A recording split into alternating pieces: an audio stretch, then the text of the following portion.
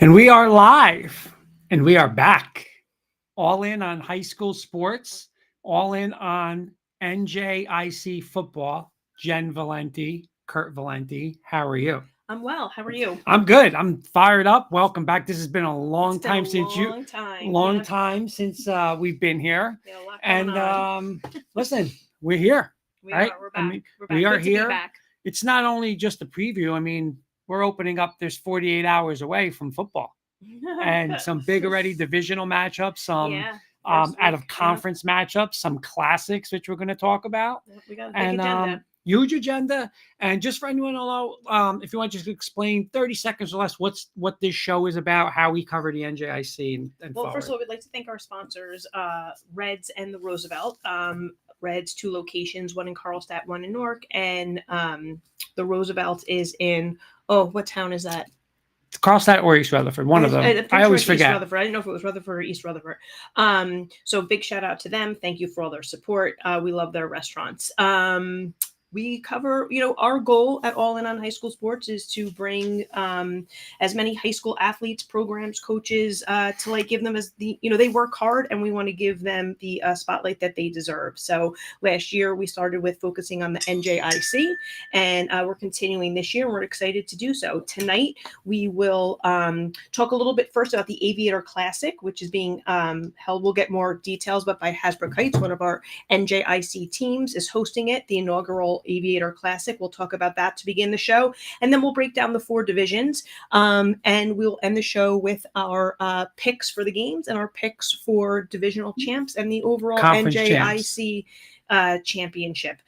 Before we begin, I did want to take a moment, and I'm a former varsity coach at Montville High School, and I just wanted to take a moment to remember Jerry Gallagher, who recently passed away. I know he had a huge influence in the football community, but as a non-football coach who coached alongside him at Montville for 15 years, his reach extended far beyond the football community, and I feel lucky to have known him. He had an influence on me. I felt very supported by him in my 15 years as a new young coach.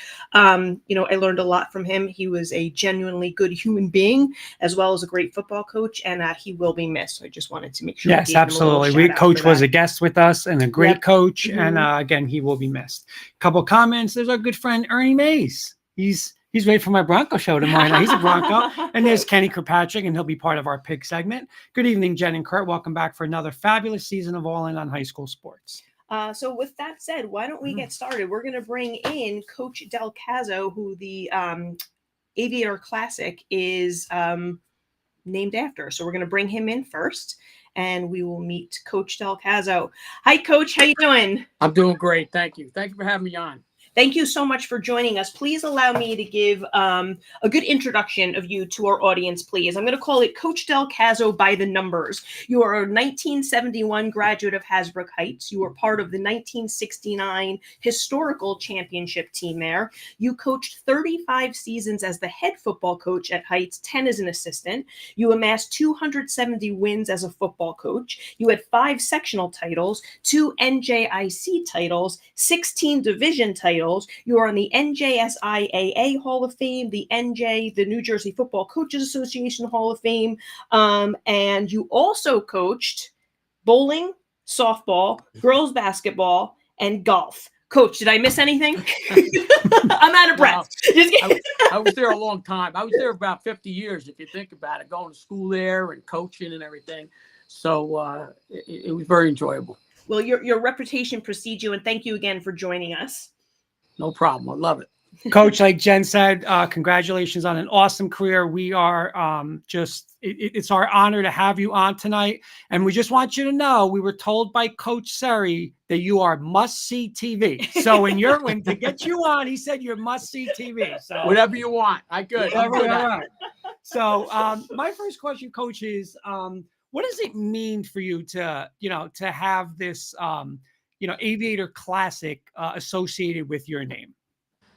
Well, you know what? It's a great honor, but I was very fortunate. I went to Hasbrouck Heights, and I played for a great guy, Pete LaBarbiera, who won quite a few championships. I was good friends. Greg Toll and I were best friends. We went to grammar school together, Greg taught me a lot of toughness about football and what it's about. And I think being named after me, that's here and there. I'm kind of honored for that. But the success is because of the kids I coached.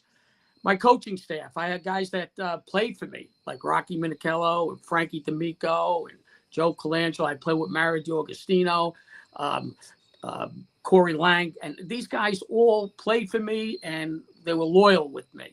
And anything we did was together. So it's a great honor. You know, I really thank Eddie Seri for doing this, and my family's really involved. I went to Hasbrouck Heights. There was 9 of us. There was that all 6 boys played for Pete LaBarbiera, and then I coached with Pete for 10 years before, after that, getting the job. Coach, I'm going to follow up with, you mentioned your assistant coaching staff, and, you and them together set a really high standard at Hasbrouck Heights for football. So my question is, how, as you were coaching year after year, did you maintain that level of excellence? Well, here's what happens. You got to go. We went with everything is like religion's important to me, and whatever religion you are, it doesn't matter if you know what goes on, but religion, family, and then football, and then and respect. What we did is we changed when I first started coaching. Get the thing. We wore ties game days, and the reason why I was doing that to get focused on what we had to accomplish for that day. It wasn't about fooling around or getting in trouble or anything else. It was about, hey, keep the straight and narrow that day, and let's have fun and let's have success. Coach, I coached, I coached against you a couple of times when I was at St. Mary's. So we definitely had some great battles. We were down 20-0 at your field, came back and luckily beat you that night. The year later, you came down on our field and you held us on a 2-point conversion late in the game. So I remember when Coach Sheridan was always like, well, wait till you see a Heights St. Mary's game. And you know what? When I experienced that, I was like, wow, those were 2 pretty damn interesting games. That's all I'm going to say. Well, I'll tell you, Mike Sheridan did a great job at St. Mary's. He, me and him had a lot of battles together, and that's what it's about. You see, what happens when another thing is everybody says, oh, we had lights at the time. We were only 3 teams that had lights, and they go, hey, Heights, everybody wants to play. Know what it was? Heights under the lights. They couldn't wait. That was their big game.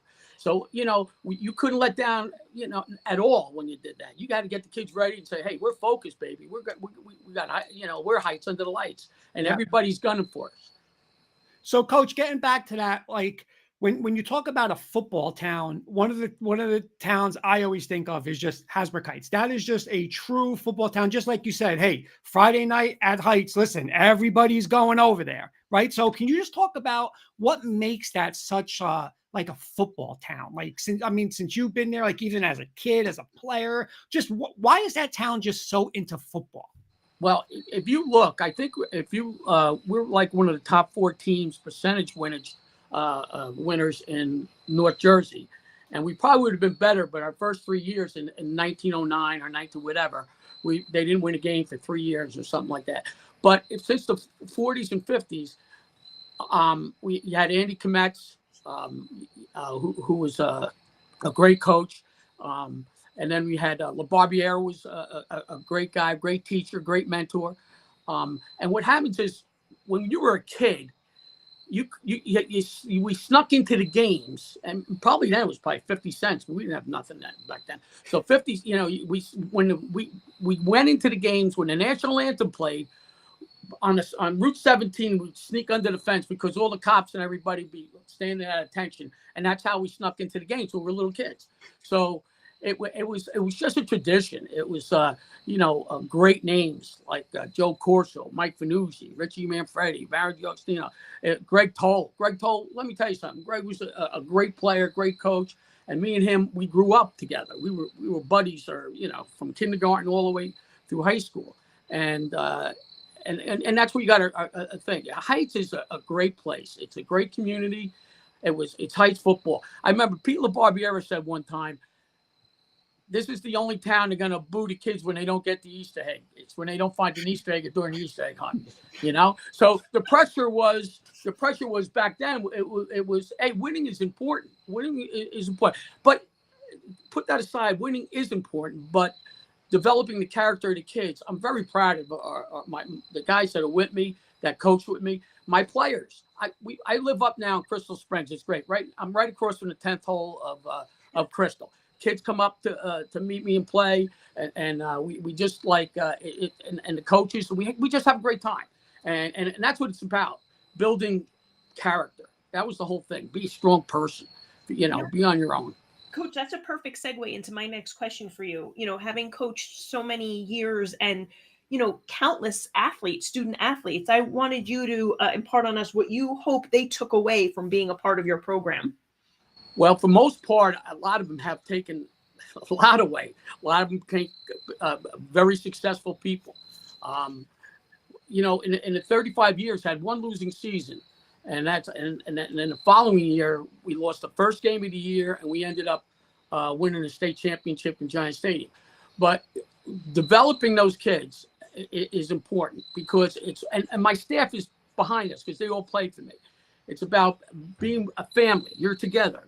Stick up for one another. Don't go, work because this is tough. You lose a game, boys, this is tough. But guess what? Life's a lot tougher. And we got to learn how to deal with those things. You're going to come through a lot of tough things. We'll all be here for you. They can call me anytime, and I'd be here. My coaches the same way. They'd be there for us, for them. It's good. Coach, I'm pumped right now, just so you know, I'm pumped. That's it. I got two more quick ones, Jen, real quick. Okay. Coach, the NJIC, the way they do it, I think it's awesome now. I mean, you guys, I believe, did you guys win the first NJIC title? Yes, we did. But I'm going to tell you something. The guy who I'm trying to think of, I forget his name. I got to mention him. The guy from Secaucus, the football coach. Voorhees? Charlie Voorhees. Charlie Voorhees. Let me tell you something. He went into this meeting when this started. This is how it all started. And we're in August before we started. When I first started, we started September 1. Right now, we wouldn't even be playing. It would be in captain's practice. So Charlie comes in and he talks to everybody, the whole NJIC, and he goes, listen, I got this thing. This is what I want to do.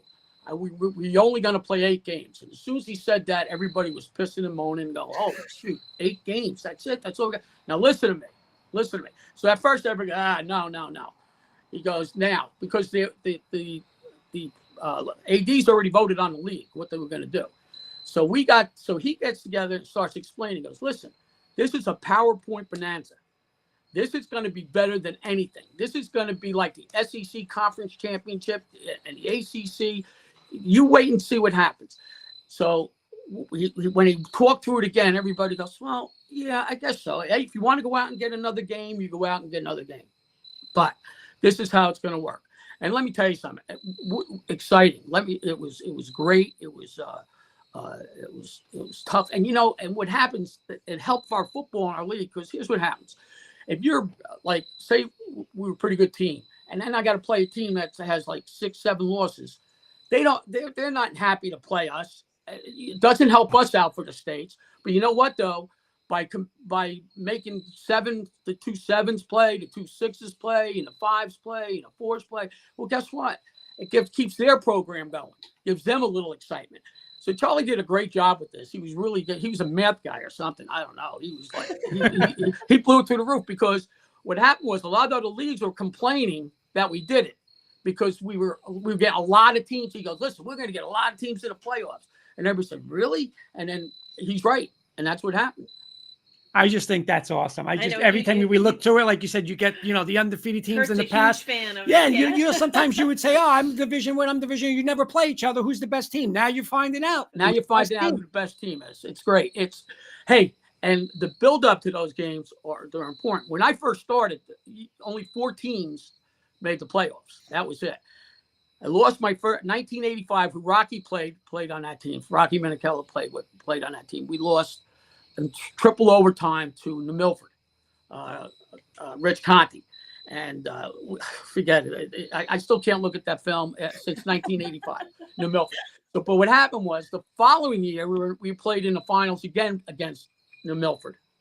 And when I went to halftime, when I went before the game, I gave Rich, I gave him a Ouija board because I wanted to know how we won the game the year before, because he just went, and Rich and I became good friends. And he had a great team that year, and I had a great team where Frank D'Amico was with me, and let me tell you, Joe Colangelo, all these guys they're great people. Well, it's going back then in '85 and '86, it was a whole different ballgame. It was a lot harder. Everything was hard. You lost the game, you might not get in the playoffs. You know, now it's a lot different. Like, for example, with these coaches here, they're all excited about going to the first game. It's great, because what's going to happen is, if you lose the game in the first game, you got the rest of the season. Even though if you played well, hey, in the year I went, I lost. I won my first championship in '94. The year before, we were 4-5. The next year we lose the first game of the year, okay, and we ended up winning the rest, and we ended up winning the championship back in '94, which is a great thing, you know. So I've been in the finals where you lost, and those are the toughest things. The wins are great, and it's great for the kids. It's fantastic. This is a great sport. All right, so last one for me, and we have to get Coach on this one. We've been going to Heights lately for some food. We went to Heights Pizza. We went to a couple hot dog joints. I go to Mills Bakery. I know it's not Heights, that's Woodridge. But give us 3 spots right now, Coach, that we could go and we can go eat in Heights. Well, you got to realize I haven't been there a while. I go. One thing, not in Heights though, but Hank's Frank's. Okay. That's if you want a hot dog. I haven't been there. Let me just say this. I go to Fisher's Cafe. I used to have coffee there every single morning before I go to work, before I go to school. And I used to, I'm trying, what else? There's a place I'm going to Friday. I'm really lost for words, because I used to go to, we had Lovey's. Lovey's was Lovey's, big. yep, I know. Yep. Lovey's, and Lovey's kids played for me. You know, his 2 kids played for me. You know, what's another good thing I had with the guys that coached with me. I also had their sons play for me, which is really good. And I'll tell you, my son he's helped me get this thing. I was kind of fortunate when I left football, because I lost in the state finals to Park Ridge. I said to my wife, I go, I think this is it. You know, my stomach was turning every game. My coaches didn't care. We're playing a team. Oh, this team, they stink. Whatever. Forget it. But me, every game, it didn't matter. And I says, I don't know if I can go through this anymore. So I ended up packing it in, and then the pandemic hit.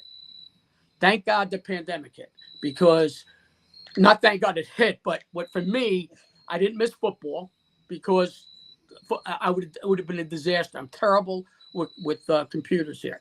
I remember Adam Biera, who came on my staff, was big on computers. He drove me nuts with the computers and stuff. He'd probably drive you nuts. If you ever have him on the show, he's out of his mind. Oh, he's the bear. He's the best. We've had him he's out of his mind. He's out of his mind. So, because, hey, real quick. So when I left, it worked out good, because then I didn't kind of miss it. You know what I mean? So it was good. And I moved out of Hasbrouck Heights. I lived there my whole life. Forget it, my whole life, my whole family and everything. And I wanted to move south. My wife wanted to move north, because my grandkids are up here. My daughter, my 2 sons, and my grandkids are all here up at Hardiston. And so they went to Wallkill Valley. So I used to watch the games. I know Jim. I see Jim all the time. And so it worked out good for me, because I play golf every day. It's the best. And I thank my wife every day, because she's happy, because she sees the kids, the grandkids. She loves it. And I love it, because if I don't play golf, she says, "Hey, you're not playing golf today? Okay, I'm out. I'm gone." A quick story. Frankie told me to say this, but when I was in Hasbrouck Heights, I had a shed in the backyard, and I smoked my cigar. I smoke cigars. I'm on my deck now. It's beautiful out. But I smoked cigars, and the kids would always come back at night and say hi and everything. And I get my chairs. I have chairs like an easy chair.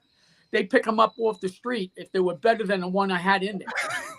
So the kids would bring it and they go there. So one night I'm there, and my daughter had this dog. It was Yorkie. Forget it, thing yap. But anyway, it would come out and hang out with me, sit on my lap, whatever. So one night my son comes home and he goes, he wakes me up. He goes, "Hey, Dad, don't you smell that?" I go, "Smell what?" Then our dog's on my lap. I know, I smell what? I don't smell nothing. He goes, "The dog got skunked. He got skunked. You're kidding me."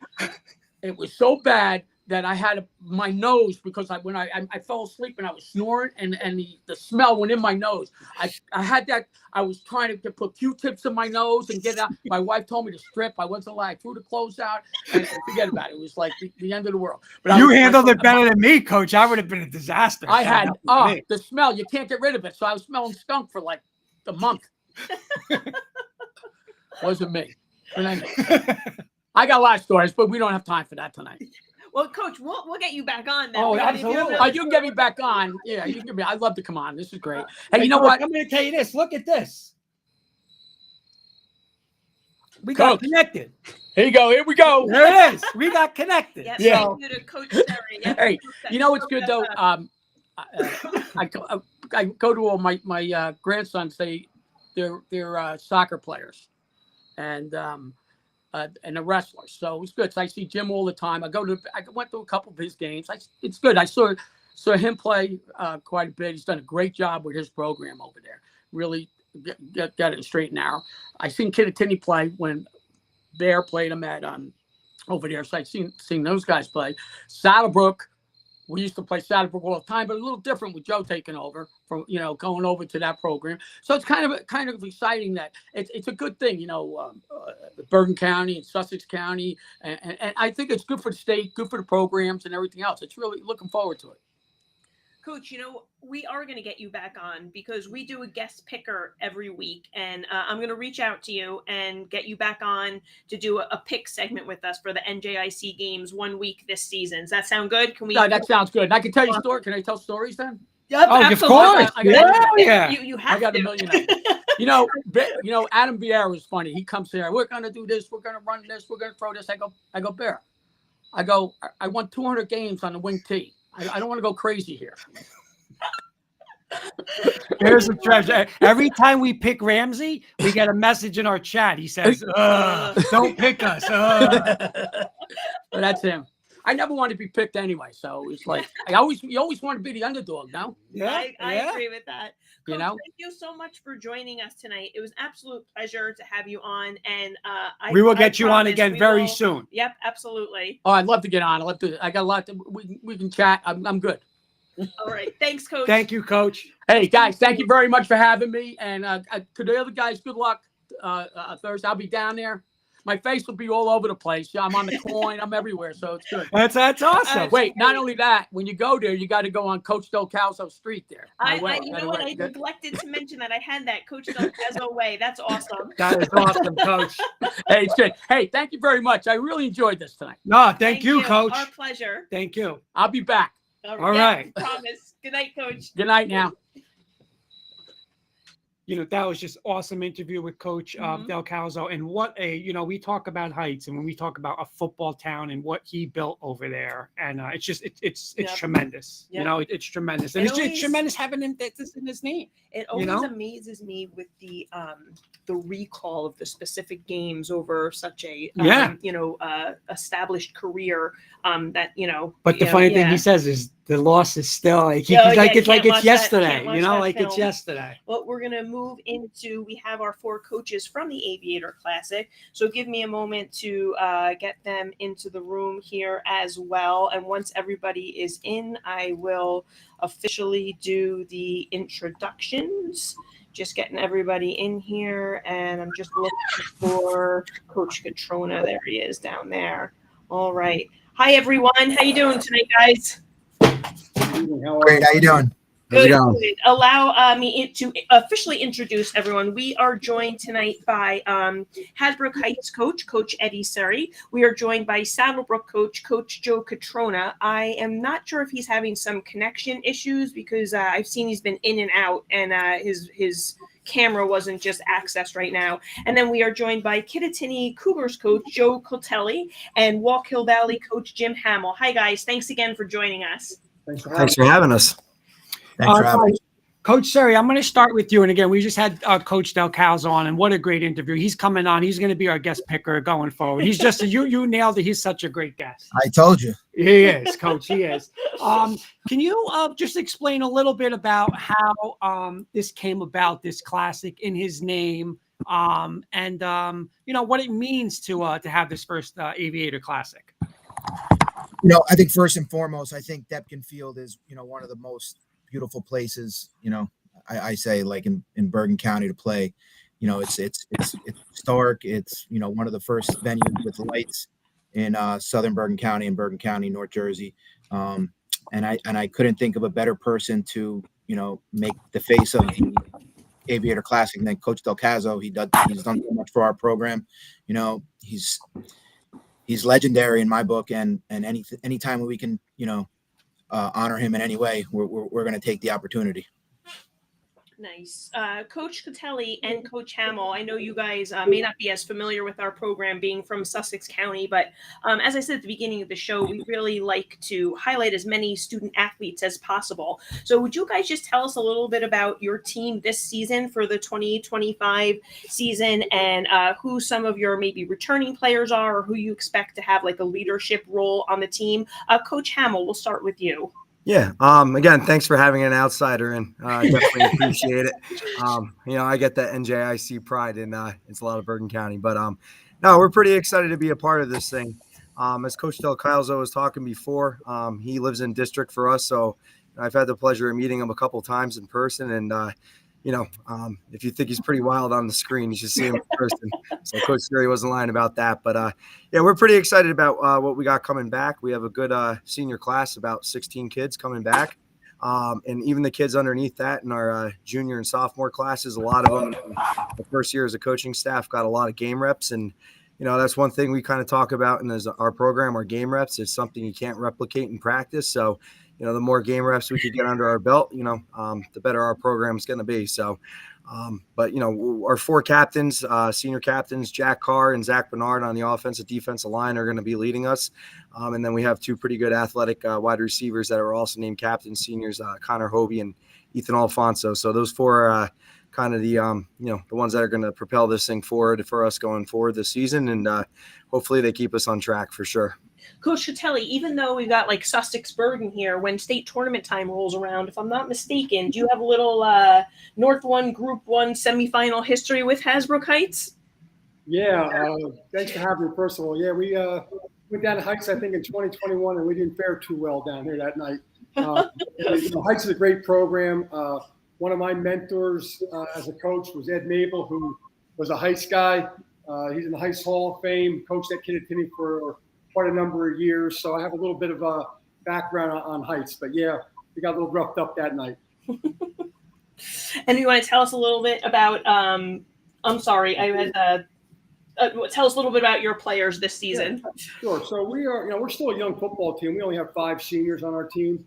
Our whole offensive line will be juniors this year, but they've all had experience. We had quite a number of injuries last year, so a lot of our younger guys got an opportunity to play early. We're hoping that bodes well for us this year, and their experience as sophomores playing carries into their junior year, and they're a little bigger and stronger and ready to go. We're led by Nico Martinez, one of our captains, Jack Brex, our quarterback, Lucas Aglima at running back, Waylon Harper, a transfer in from Bergen, from Don Bosco, actually, will be our center this year, so we're excited to have him. He's a local guy that came back to play. Mike Strong, another junior, looking for big things out of him. We're going to be pretty much a junior-oriented team. We'll probably start nine juniors on offense. Hopefully that experience from playing at young when we weren't quite ready to play carries over into this season. Coach Catrone, I'm going to come to you real quick. And I got worried a little bit. I was wondering if the Wi-Fi was an issue in Saddlebrook. So I was just we got a little worried. I don't know how it works in Saddlebrook. I was rushing home from my son's Pee Wee scrimmage tonight. So I was in the car. I'm like, oh, I hope I get home in time. So, Coach, real quick, first thing, what does it mean to be part of this classic, and what made you say, hey, like, I want into this? Well, I put it out that we wanted a week 0 game. And Coach Cotelli got back to me and, said that they wanted a game. So, I thought it was a good matchup for both of us, 2 Group 1 teams. At first, we were looking at hosting and then contacted Eddie Surrey. And he said, I'm putting together this Nick Del Caso Classic. If you want to have the game there, are you open to it? And I said, absolutely. That'd be a great thing. I've known Coach Del Caso a long time. I coached on the Coach Toll. So I remember Coach Del Caso coming over to the Don Bosco games and practices and hanging out and stuff like that. So I've known Coach for a very long time. So I said, we'll jump in and, here we are. And, it's going to be a great day. Like Darren Cooper said, there's no better place to be on Thursday than the Nick Del Caso Classic. So let's roll.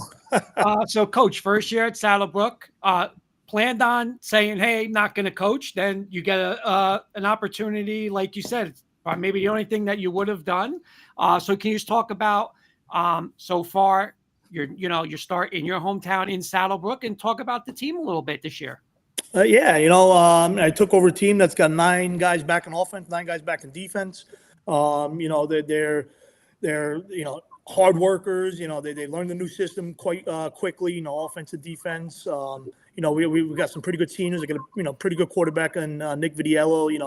He's a great leader. He's probably one of the better arms I've coached in the past 25 years, and that includes, with the parochial schools.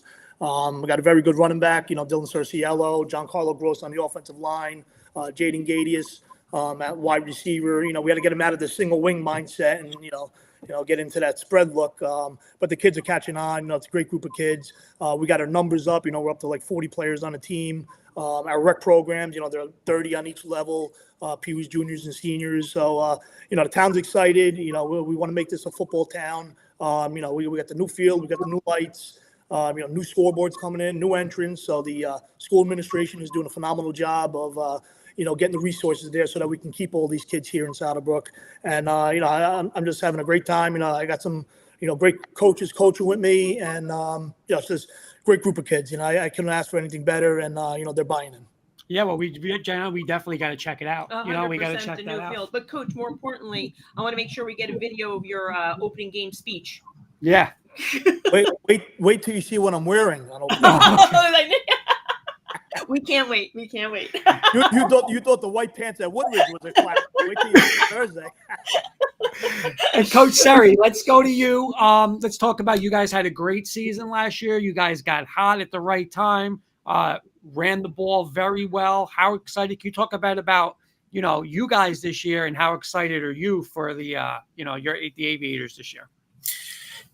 Listen, I'm excited. I think that we have a lot of potential, but at the end of the day, potential is just that. Like we have to execute and deliver on the field, and I think that we have the players and the experience to do so. We kind of have to gel and put it all together. I am very excited at the possibilities. I think we are explosive at times, where we could be explosive, but we have to execute, and we have to make sure that everybody's in the right spots and everybody knows their assignments, and just be on top of doing our job. You're 111th. I think that's our issues right now, is just focusing on our individual assignments and alignments and things like that. I think we are the only team that's going to hold us back this year. And I think that if we could put it all together, I think that, we have the ability to be, explosive on offense and at the end of the day, pretty good on defense.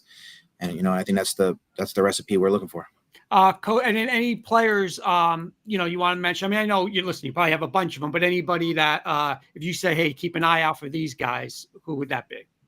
I think besides our big names, we have Mike Knapp and Brady Shine. We have Jalil Baldwin now. We have Nico Nipatella, who's our quarterback. We have a bunch of guys. I think our running back core is our deepest position. You know, we have kids like Nick Haynes and Cole Sudol, Jaden Chikaiza. You know, the list goes on. I like our big problem is trying to figure out how to get these guys reps.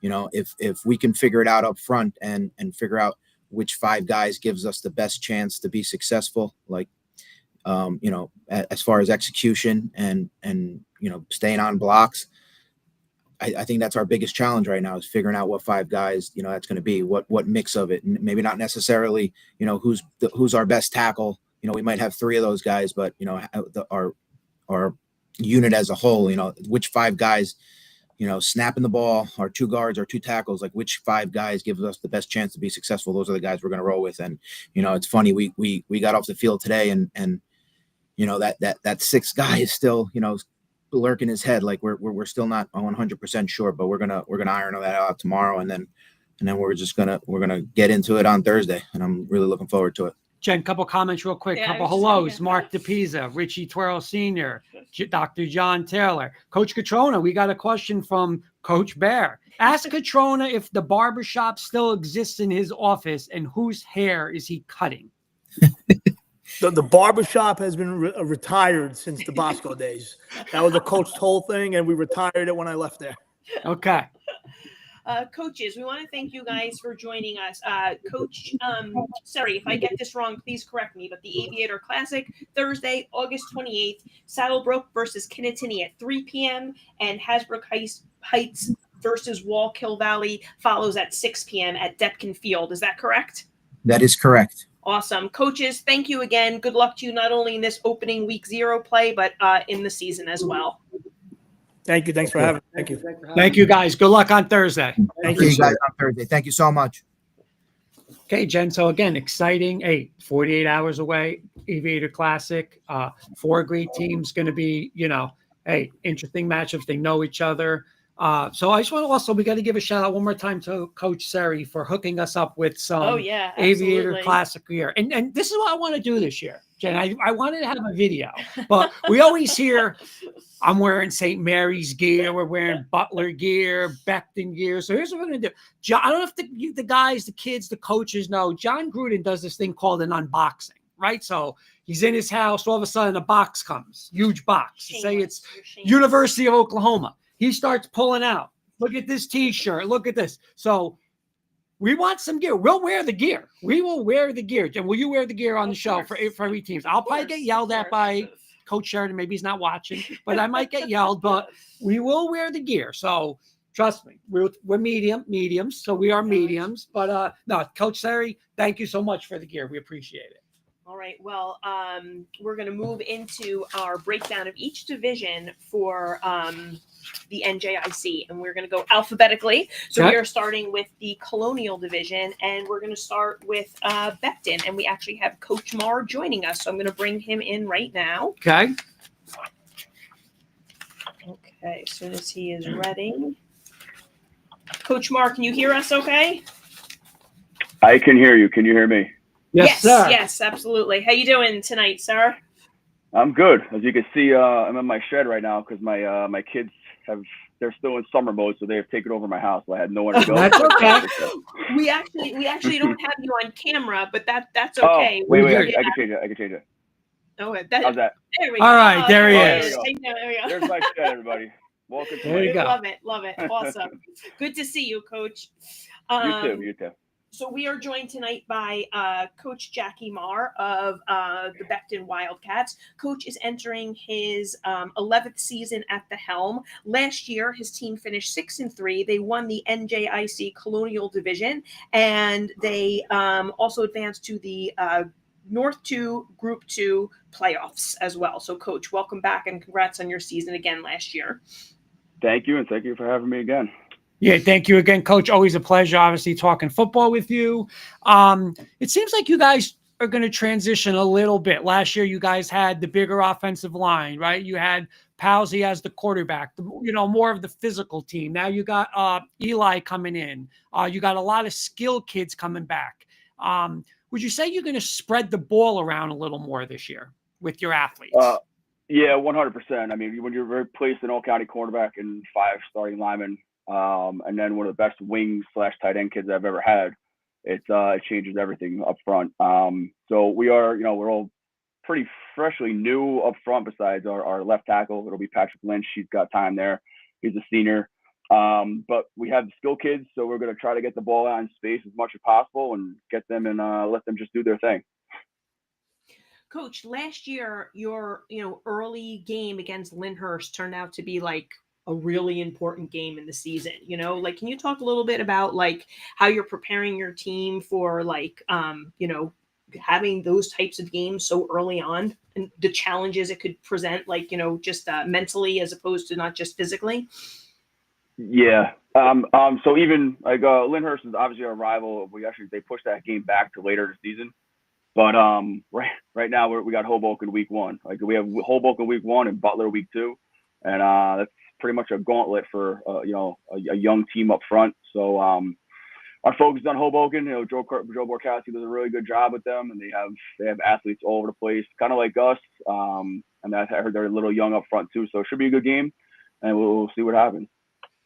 Coach, I want to talk a bit about Everett Bell. You hear a lot about him on the offensive side, but mainly on the defensive side. What does he mean to the team, like his leadership? And I mean, obviously he's a gifted, athlete and player for you, but what is, how nice is it to have him back again this year?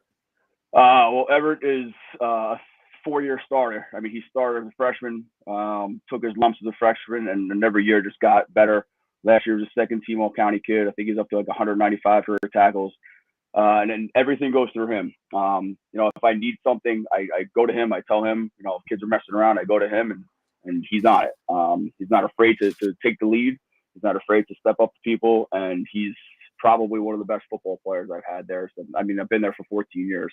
3 is the OC, and then 11 is the head coach. So, if I need anything, I go right to him, and he takes care of it. And he's a great kid too. Like, it's one thing that you're a good football player, but when you're you're a good kid off the field, every single practice since his freshman year, he always comes up and pounds all of his coaches after practices. And I made my son do that. Like my son, I think of every time he does that, and I make him do that too. Awesome.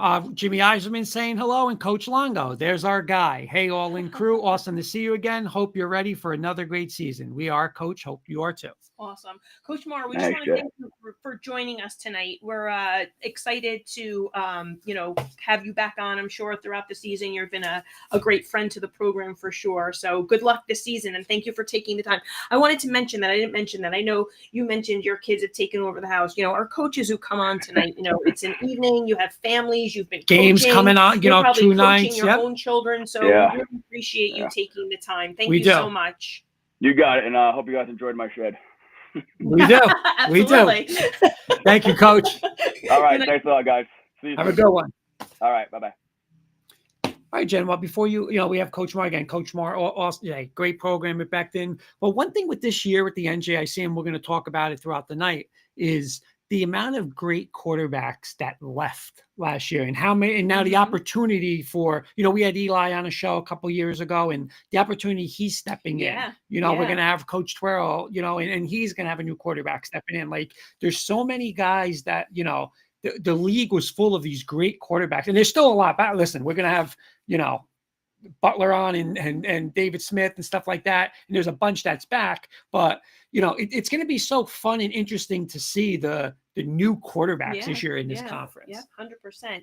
We're just going to roll through some teams here before we get to our next guest here. We're going alphabetical to make everything kind of fair here. So another second team in the Colonial Division is the Cresskill Cougars, who finished last year with an overall record of 6-3.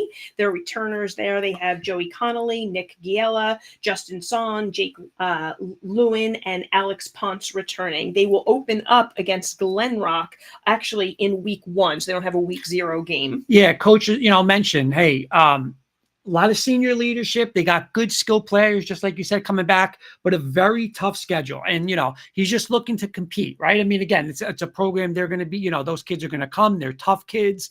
But, hey, with a tough schedule, the one thing that's nice is having that senior leadership. Mm-hmm. So, and again, having some skilled players doesn't hurt either. So I think Cresskill will be very competitive this year. All right, our next team in the Colonial Division is Elmwood Park, and we do have Coach Mulligan. Listen, I'm going to bring Coach Mulligan in, and then he is taking his time out. He has joined us from a wedding. Yes. And tonight, I think he might top that. He's joining us from the Yankees game. So let's get Coach Mulligan in here. Hey, Coach, can you hear us?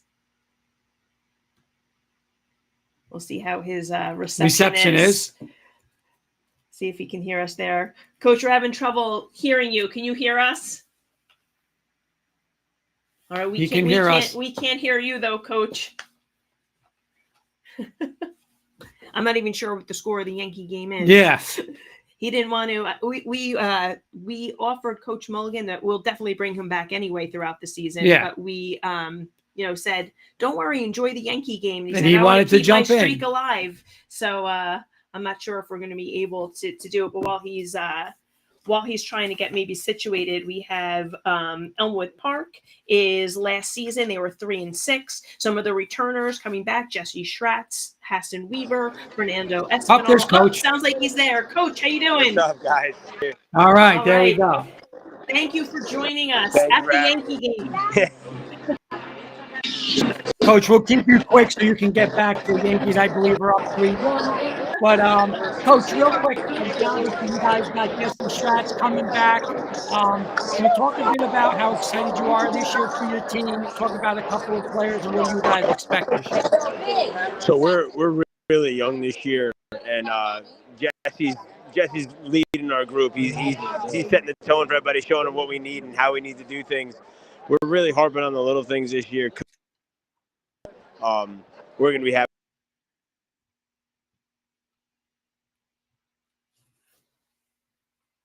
Yeah, so we're having a little issues with Coach. There. That's All okay. Right. That's okay. Coach, we'll catch up with you during the season for sure. We appreciate you making the effort from the Yankees game. So thank you so much. I do want to mention that Coach said that, that he's young, but that he has really great upperclassmen leadership on his team. And again, led by Jesse Stratz. Hey, great player. Is going to get a ton of carries. Good defense on the defensive side too, but ton of carries on the offensive side. And again, we always say it. Coach is such a great fit for that school. We think about a school. We talk about Coach Del Calzo in Heights, and that Coach Mulligan is going to have that with the Elmwood Park too. I mean, just the perfect fit there. Again, like you said, Jen, young team, but again, hey, some talent there on the younger. But this team is going to be led by Jesse Stratz. We do have some people who are in the waiting room that are for like a later division of the conference. If I know we have some guests that maybe couldn't get in because the waiting room is full. So if I remove you, we have some of our players that are in conferences further down the line. Please just wait to join. It's not you should be able to come back in. So I'm just going to ask. I don't want to remove you, but I just want you to, if you don't mind, if you're in a different division than the Colonial Division, if you wouldn't mind just exiting and coming back in a little bit, that would be great, so that we can kind of move on. I'm going to actually move ahead a little. Oh, I see here I'm going to bring in our next team is Garfield. Okay. And I see we have Coach in the waiting. There he is with his players. I'm going to bring him in right now. All right.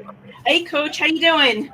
We are great. Thanks so much for having us. Thank you so much for joining us. We are joined by first-year Garfield head coach. And, Coach, please forgive me if I mispronounce your last name. Don't worry about it all. Tashioti? Very good. Yeah, Tashioti. Very good. All right. Awesome. Thank you. And you're in your, as I said, first season at Garfield. And thanks for joining us, Kurt.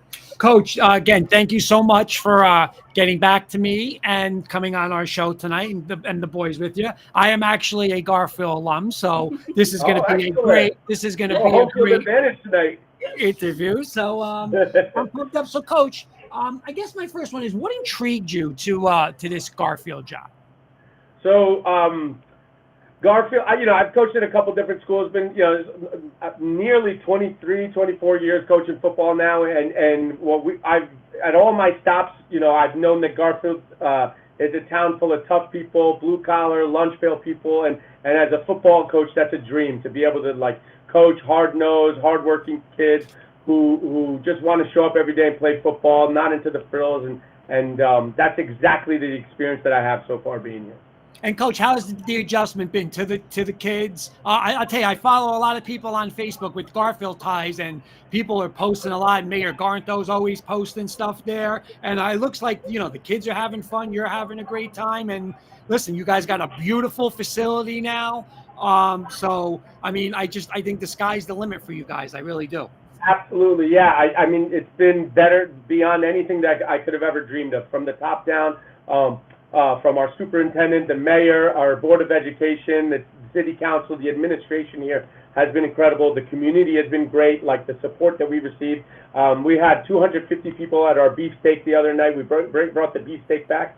So besides like being in a school where the teachers and my colleagues have been just very supportive, we've had the kids are fantastic, but also besides the kids in the day-to-day, the community support here has been nothing like I've ever experienced. And it's a true testament to the community, how close-knit it is, and how special Garfield football and the city of Garfield is in general.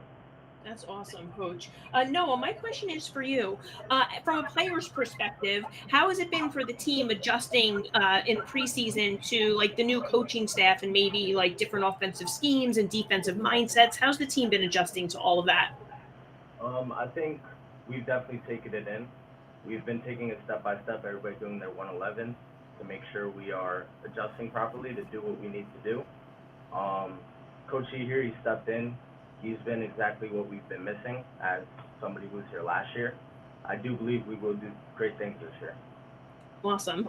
I'm going to go to Talib, and as the quarterback, and you're a very talented player, how does it feel when Coach, puts the ball in your hand, and and trusts you with the offense, and what can we expect from this offense this year?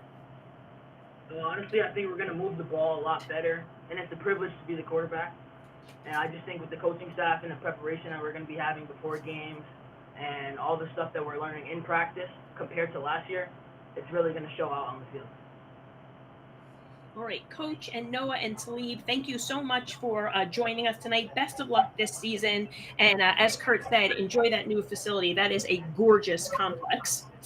Hey, thank you so much for having us. And Coach, every week we're going to be doing it 8 o'clock. We just focus on the NJIC. So we'll be reaching out to you, be getting more kids on. We'll follow up. We do like a high school game day. So I know you're new, but we do this every Tuesday night. And hopefully you and the boys, you join us every week. We'd love to come on. Thank you so much for everything you do for high school sports, football, and the NJIC. Like, anytime you want us on, we're here. We really appreciate it. All right. Hey, and weekly picks at the end of the show, Coach. So we will be tuning in. That's all I'm going to say. I got that medium hanging, all right? Make the right pick. There you go. Have a good one, Coach. Thank you. All right. So again, hey, I'm telling you, I know we're going to pick later, but sleeper teams in this division, I'm going with Garfield. Very talented team. I think this is what they needed, a new mind. Showing your hands but I'm serious. I think a new face to the program, just doing things a little different. It's really the first time Garfield has kind of went out of the district for a head coach. And honestly, I think this is a good thing. I think, what I'm saying? It's a very talented time. Their junior programs have been good year in and year out, and very excited for Garfield. Carlo is saying, good luck, guys. Jimmy's saying, super excited about Coach T. Can't wait for Thursday. And Coach Mulligan saying, guys, thank you for having us. Sorry, my AirPod was in and out and connection was tough. Thanks for having us. We're a good we're a good young group looking to get better this year. Awesome. Such a good guy, Okay. Coach Mulligan. All right, our next team in the Colonial Division is the Lodi Rams. Coach Mark Maggio returns for his, forgive me for a moment, I wanted to see, for his 9th season, actually. And last year, 2-6 overall. He has two returners in John Wyman and Ian Salazar. And last year, they actually had 7 freshmen that saw significant time, and on both sides of the ball. I think we're going to see a little more of maybe like an old school Lodi. Like, they got a bunch of guys defensively back, so I think they're going to be more of a defensive minded team. No younger quarterbacks. I know I'm not sure if they made a decision on who's going to start and stuff like that, but either way they go there, I think they're going to lean on their defense. And listen, Lodi has always been a physical town, just like Garfield, tough kids, physical. So I think this team is going to lean on defense this year. All right, and our next team. Real quick, couple of comments. Yep, go James ahead. Bond, Jimmy Eiserman, Garfield's going to be a force. Our good friend Graham, our producer from K&K, saying Jen and Kurt, Hey, Graham, hello. thanks for tuning in. Kenny saying, I agree, Kurt, gold, purple, and gold. All right, another Garfield alum there checking in. All right, and it brings us to Lyndhurst and Coach Tuero, who we are joined by this evening. So I'm going to bring him in. Hi, Coach. How are you? What's up, guys? How we doing? How's it going? Good. Thank you so much. Another coaching, joining us tonight. Family man at home. Thank you so much for taking the time to be here. My pleasure. Appreciate you guys having me on. Coach, thank you. Always a great interview when you come on. And, we always say this about it's funny, you look in the NJIC now, right? And we always say Coach Mulligan, the perfect guy for the Elmwood Park job. You're the same way, man. Lyndhurst guy through and through. You love the school. Hey, it's where you want to be. And I just think it's such an awesome fit in what you guys do. And you guys had an unbelievable season last year. And obviously you guys are looking forward to this year. So my first question is, I was talking to Jen before, and last year in the NJIC, it seemed there were so many great quarterbacks. And you had one in Sean Bellinger, right? No doubt. And a lot of those teams, hey, they move on. But the thing that's exciting now is, you know what? Now it's somebody else's turn, right? And you got another Bellinger now coming in. No doubt. So I guess my question for you is, you have a lot of experience. You have a lot of skill kids coming back, right? But hey, Sure. a new quarterback. So offensively, is it just going to be, hey, take it and go? Or you think more it's going to be, I'm going to work everyone around, let him get settled in? Or, is he ready? Is he, because, hey, he could hit this road running. What do you think? We got a lot of confidence in Jason. He's been working behind Sean for 2 years now.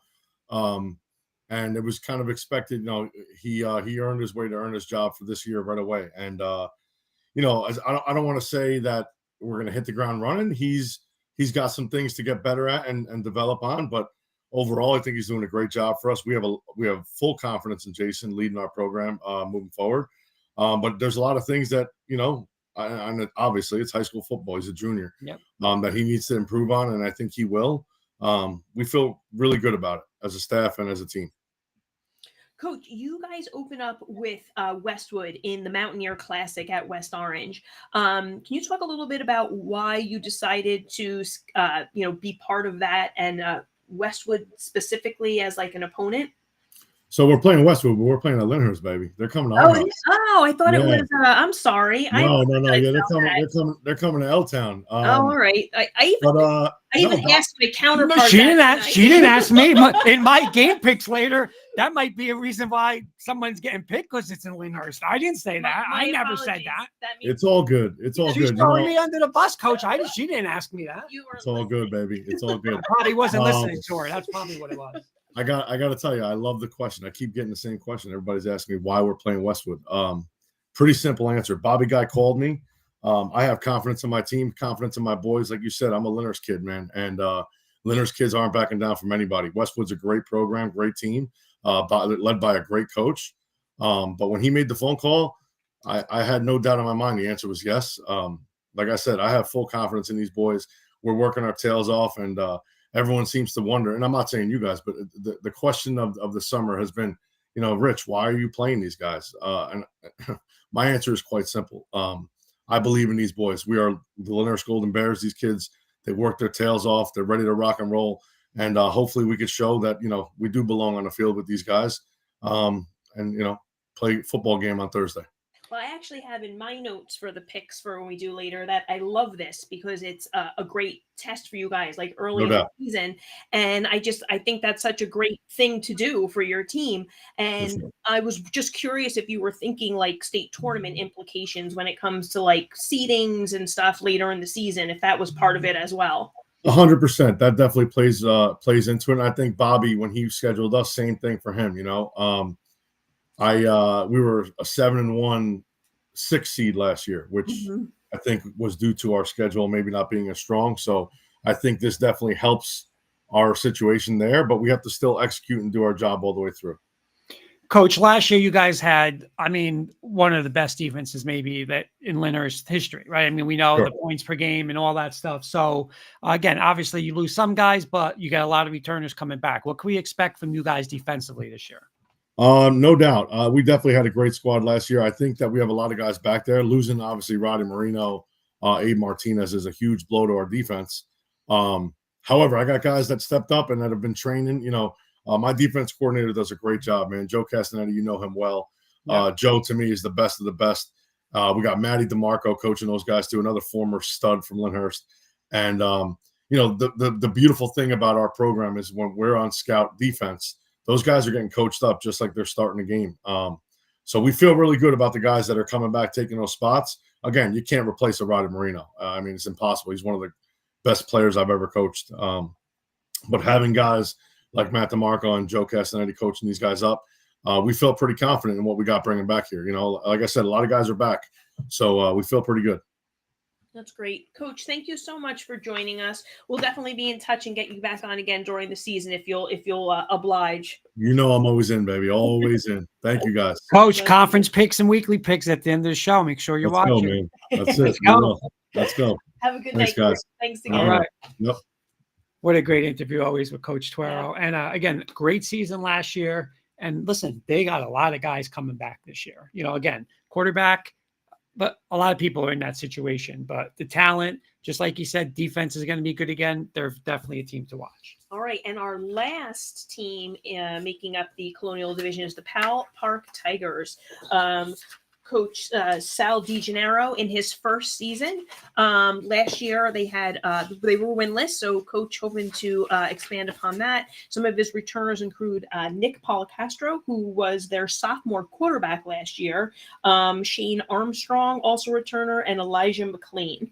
Yeah, listen, first year, again, I think this is good for that program. Hey, a new face coming in. It's always great to have, like we're talking about teams that don't have a quarterback. Now you have your quarterback coming back. I think this team's going to be a lot more improved, a lot more competitive, and it's going to be exciting to watch them this year. Awesome. All right. And that brings us to the end of the Colonial Division. So we're actually going to move on to the Liberty Division next. Okay. And starting with the defending champs of the Liberty Division, the Glen Rock Panthers, coached by Coach Kyle McCourt, entering his second season. So his inaugural season, he did capture the division title. Some of his returners include Matt Boysitz, Brendan Burkhart, and Leighton Kelly. Yeah, we saw this team a couple of times. We saw them in the playoff game, the NJIC playoff at St. Mary's.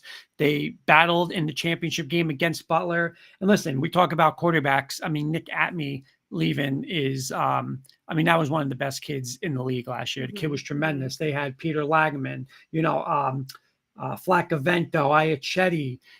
It was a great team, but when we watched that game, Jen, at St. Mary's, Matt Boyces was, a monster defensively, a monster running the ball, and I think that's what Glen Rock's going to do. New quarterback coming in again. I think they're going to lean heavy on that O-line, lean heavy behind Boyces, and listen, they're right there to repeat as division champs in that division.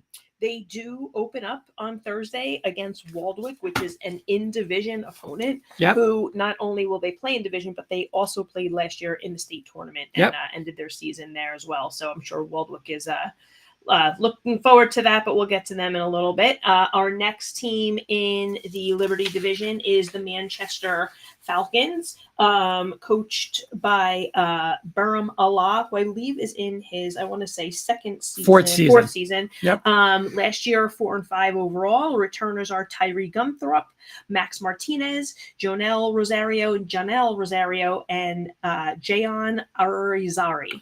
I think what we saw from Manchester last year, Jen, was the beginning of being a physical team. And when we spoke, when Coach got back to us this year, he said they're going to be a very physical team. I think he's going to lean behind Gumthorpe, that offensive line. He's got some offensive lines guys coming back. I think they're going to be very a run-heavy team, play defense.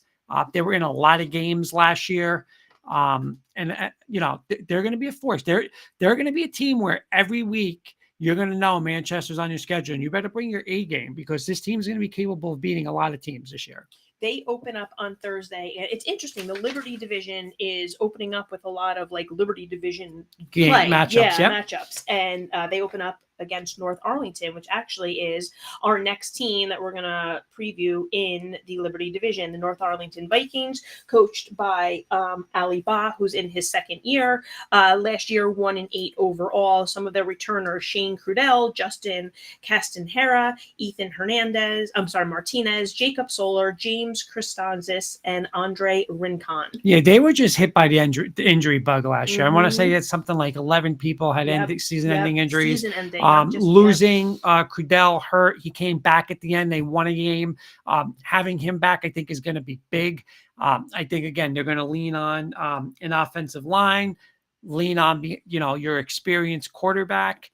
And it's so when you lose your starting quarterback, it's just very hard to recoup from that, So I think getting him back now, it's going to be that extra boost. You're going to see a better North Arlington team. And again, just like with Manchester, you better bring your better game to play with these teams. So again, huge having Crudell back this year. And, the coach did note that they won their last game of the season in convincing fashion, 27-0. So that's a nice building block going right. And Crudell came back for that. And to come into the next season. Yep. So our next team in the Liberty division is the Pompton Lakes Cardinals, coached by Coach Justin Jones. He is in his second season. They were 3-6 overall last year, and their returners of note are Redon Zaldini, Justin Ongst, Sebastian Lopez, and Jonathan Tiberio. Yeah, and Coach said this team is going to be built on speed. Again, we saw them last year versus St. Mary's, and very impressive last year. Again, lost some key players, but they weren't the old physical, okay, we're just big and strong Pompton Lakes. I mean, they had speed, and Coach is saying they're going to have speed this year, and they come right out of the gate, with an early one this year with Rutherford in a week 1 matchup. So, again, a great program, second year now in Coach's system with a lot of speed. So I think, they're always good defensively, but I think this team's going to be explosive offensively also. All right. And our next team is actually the Rutherford Bulldogs, and we are going to be joined by Coach Dunn and 2 of his players who I'll introduce once we have everybody in the room. So let me just grab everybody right now. All right. Hi, Coach. How you doing? How you doing, Jennifer?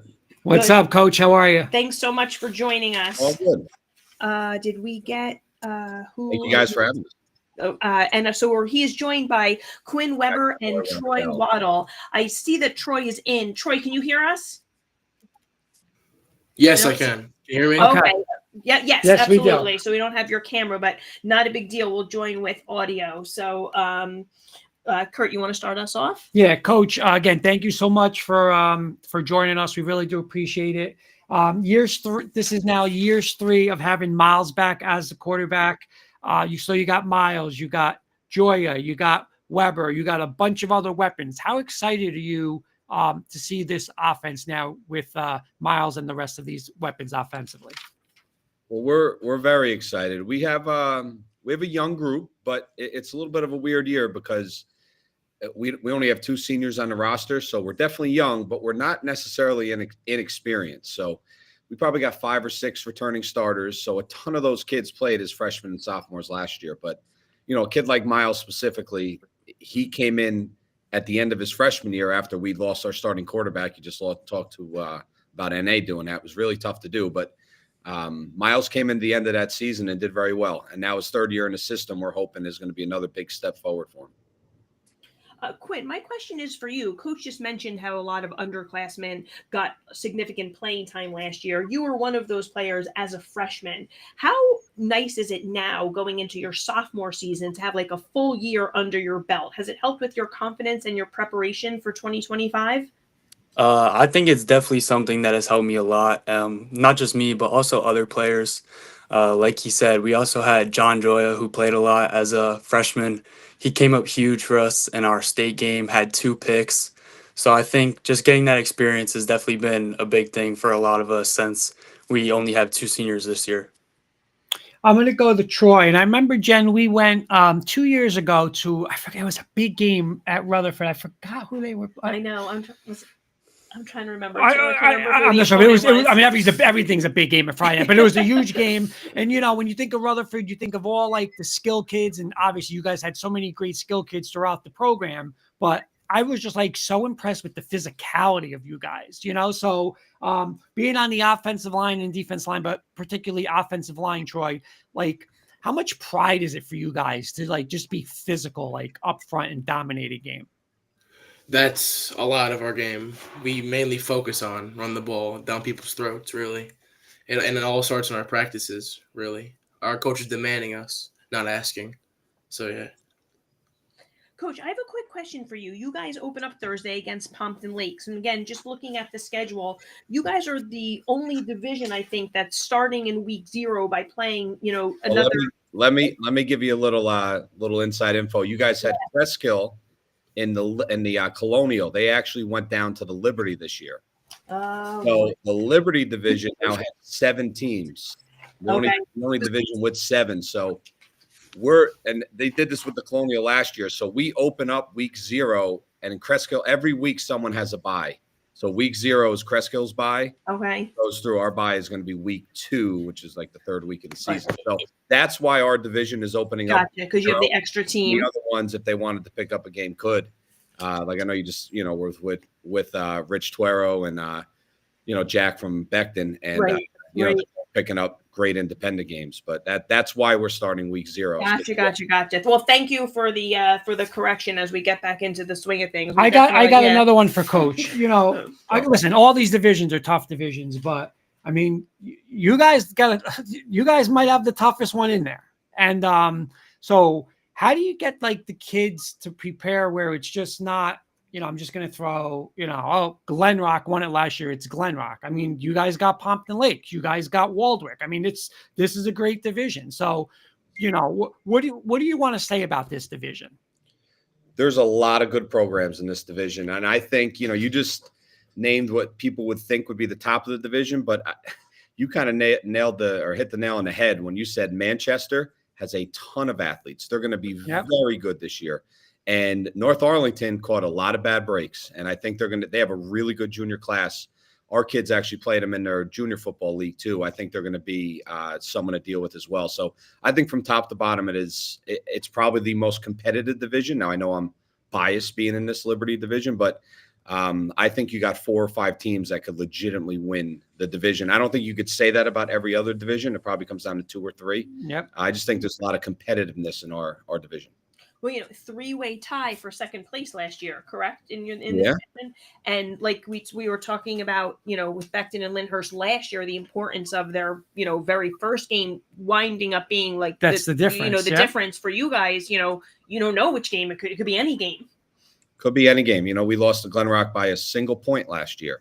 We actually would have won a division if we would have beat them because it came down head to head. But you know, you named some of them. They had some really good players on the team. You know, they had a real heck of a run last year, going to the NJIC final and sectional final. But yeah, it could come down to any one game. It really could. So, and the great thing about the NJIC playoffs is that you can't have a week where you lay an egg. You can't afford that. If you want to make that playoff system and have a spot where, you know, you're playing really meaningful games in late October, you have to win out in your division. You do. And you don't have that cushion of, okay, if we drop this one, there's none of that goes on. Coach, thank you again for joining us tonight. Troy and Quinn, thank you guys as well. Good luck this season, and we will definitely we'll have you guys on again. Thank you so much. We hope. All right. Thank you guys. Good luck. Really appreciate it. Okay, so there's Coach Dunn and Rutherford, and again, they were so impressive last year because again, they lost the year before.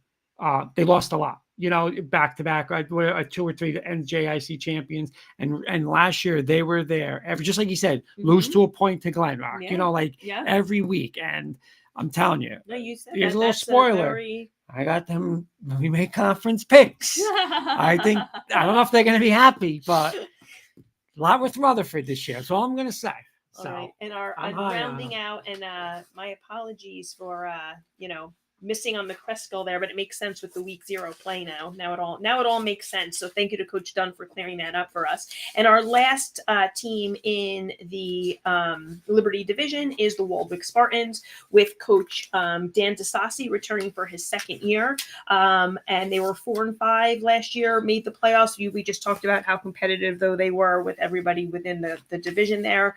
They are returning. They had a slew. I'm going to let you go over the players that they lost, because this was some of your faves. Yeah, listen, this was one of my. Some of the returners are Dylan Ferrara, Mason Major, Connor Rice, Brian Rock, Luke Fairchild, Logan Feehan, Jake Wansowitz, and Luciano Mayer. I mean, listen, I can go on. There's so many people, but obviously Ryan Fleming, Ryan Natoli, Alex Caserta. I mean, it was a team. I was very high on them last year. They were great watching them. I remember them, a great opening day victory last year. But again, nice when you have Dylan Ferrara back. We just had Coach Dunn on, and he's got Miles coming back. You have Dylan coming back. It's when you have that quarterback, it's just like such a relief of you're ahead of the game in that. But again, Waldwick, bunch of tough kids. They will be in every game again this year. It's a winning program.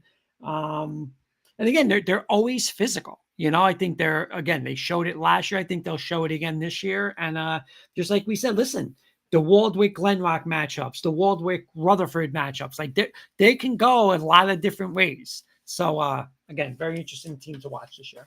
Okay. And we're going to move on now to the Meadowlands Division. Our first team in the Meadowlands Division is the NJIC defending champs, Butler Bulldogs. We actually have Coach Luciani and some of his players joining us. I'm just going to bring them in and then reintroduce them. I got Coach and David and Cole. All right. Hi, Coach. How you doing? Jen and Kurt, my people, hello. What's going on? Here we go. Welcome back, Coach. So good to see you. Thank you for having us. You know what, Coach? I just got to cut Jen off right here. We love Butler. I love Butler. But when I just saw you, you know what? I got disgusted, because when I see you, I still think Knicks, and I'm disgusted over it. I'm still we'll talk about that later. But you know what? I'm disgusted about it. But Kurt, ship the Eastern Conference Let's Finals go right now. Okay? Let's go. Ship it. If we listen, hey, you can't lose to Indiana twice. That's all I'm going to say. So consequences had to be made. But I'm ready to go for this year. But let's talk about the champs. We got the champs here, Jen. So go ahead, introduce them. We are joined by Coach Luciani, entering his 13th season at the helm of Butler. He is joined by two of his players, quarterback David Smith and lineman Cole Benacasa. Cole, did I say your last name correctly? Yeah, Benacasa. Good job. All right. Phew, I'm 2 for 2 tonight on the tough ones. All right. Thanks for joining us, guys. You want to start us off? Coach, I'll start with you. Obviously, you guys had an unbelievable season last year. I was on the Butler bandwagon. Jen jumped on the bandwagon, but I always was. But no, we loved watching you guys. You guys are a phenomenal program. You guys got great players, 2 great players on the panel tonight.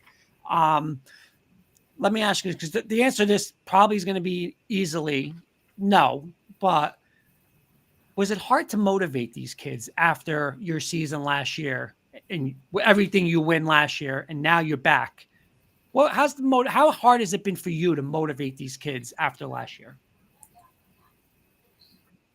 Kurt, and Jen, without a word of lie, we practiced till 7:00 tonight, and the theme of my speech at the end was, what a pleasure it has been to be around these guys and to see, we call it juice at practice. So when, in their terms, when the vibes are high and the juice is flowing, they bring, BYOJ is Dave's favorite saying at practice, bring your own juice.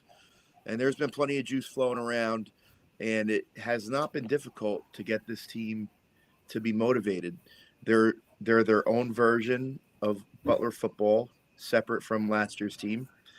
And we have a lot of seniors on this team, and they're ready to write their own chapter, and I'm excited for them. That's awesome, Coach. I don't want to neglect to mention, we keep saying NJIC, but you're also the North 1 Group 1 defending champion as well. So congratulations on that as well. David, my question is for you. I just want to boast about your stats from last season. You had 1,499 passing yards, You threw for 28 touchdowns. You had 706 rushing yards. You rushed for 6 touchdowns. You come back, off a season like that. And Coach, first question from Kurt was, do you have to get motivated? So from a player's perspective, like, what's your confidence going into this season? Like, are you guys thinking of repeating? Like, is that on your mind, or are you just taking it game by game? Tell us a little bit from a player's perspective, like what your, confidence level is coming into 2025. Well, yeah, every team's goal at the beginning of the season is to end with a championship in any case, whether it's sectional or in division like NJIC. It's not really hard to stay motivated because we made it clear from the start. We know we're not last year's team, and you could take that and look at it like we're not on the same skill level. But if you were to ask me, I don't think you could be more wrong with that. Coach L said we're just trying to write our own story.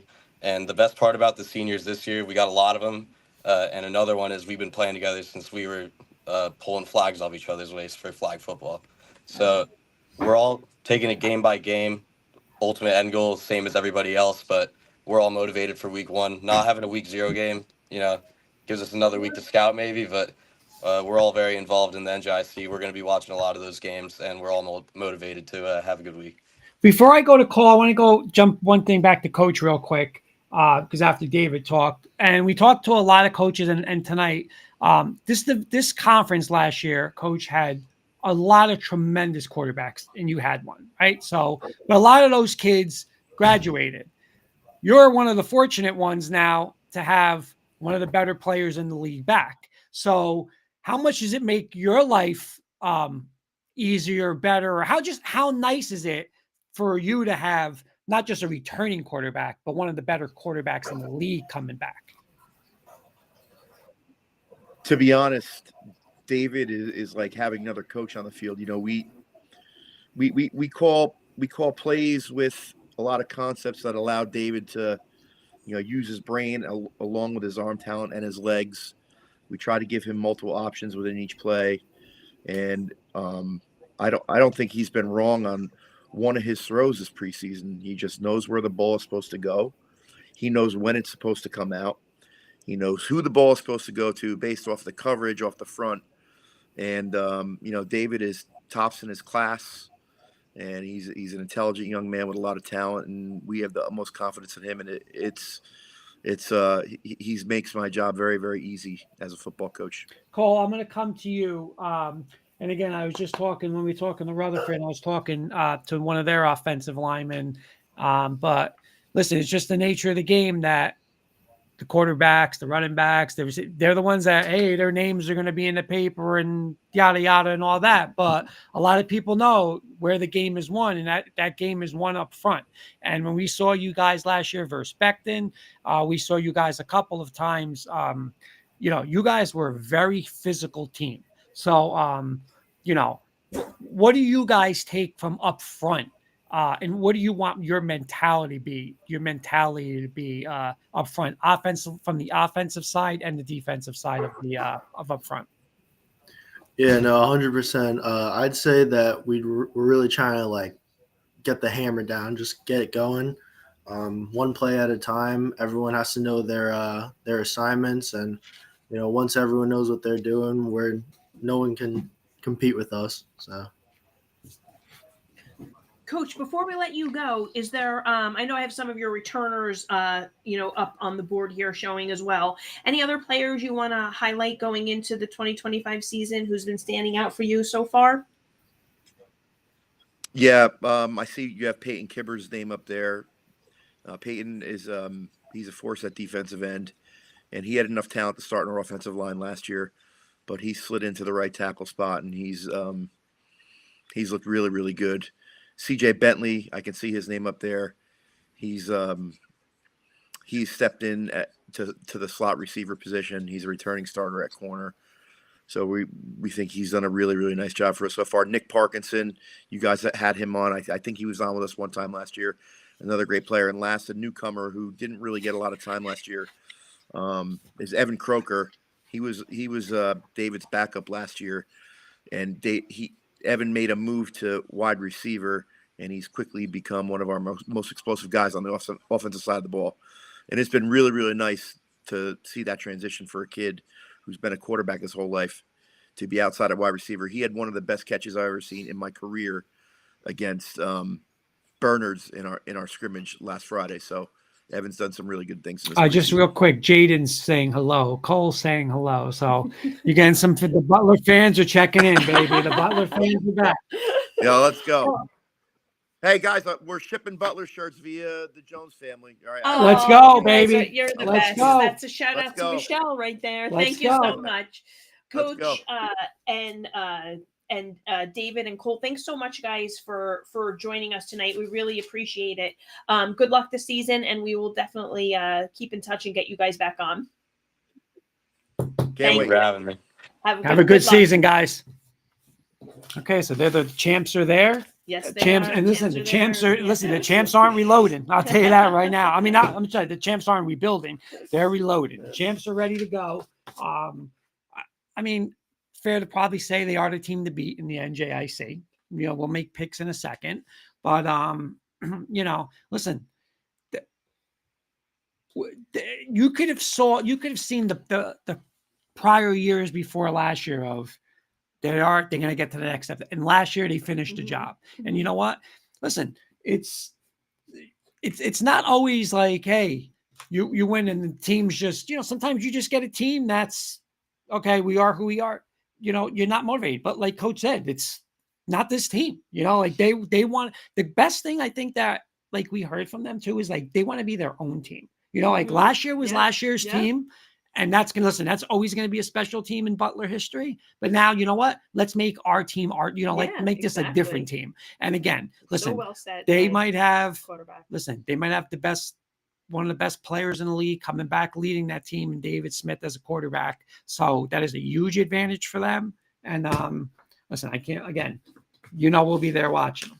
All right, let's round out the rest of the Meadowlands division here. We also have, we had Coach Seri on earlier as we discussed the Aviator Classic. So the Hasbrouck Heights Aviators, coached by Coach Seri in his second season. You said it when you had Coach Seri on before. Phenomenal season last year. Got hot at the right time, right? 7-3 overall record. Did make the playoffs. They were in North 2 Group 1. They beat Woodridge in the first round before falling to, I believe it was New Providence. Yeah. Some of his returners: Brady Shine, Michael Napolitano, Harris Cromerhoke, Nico Nipatella, Cooper Hines, and Noel Cruz.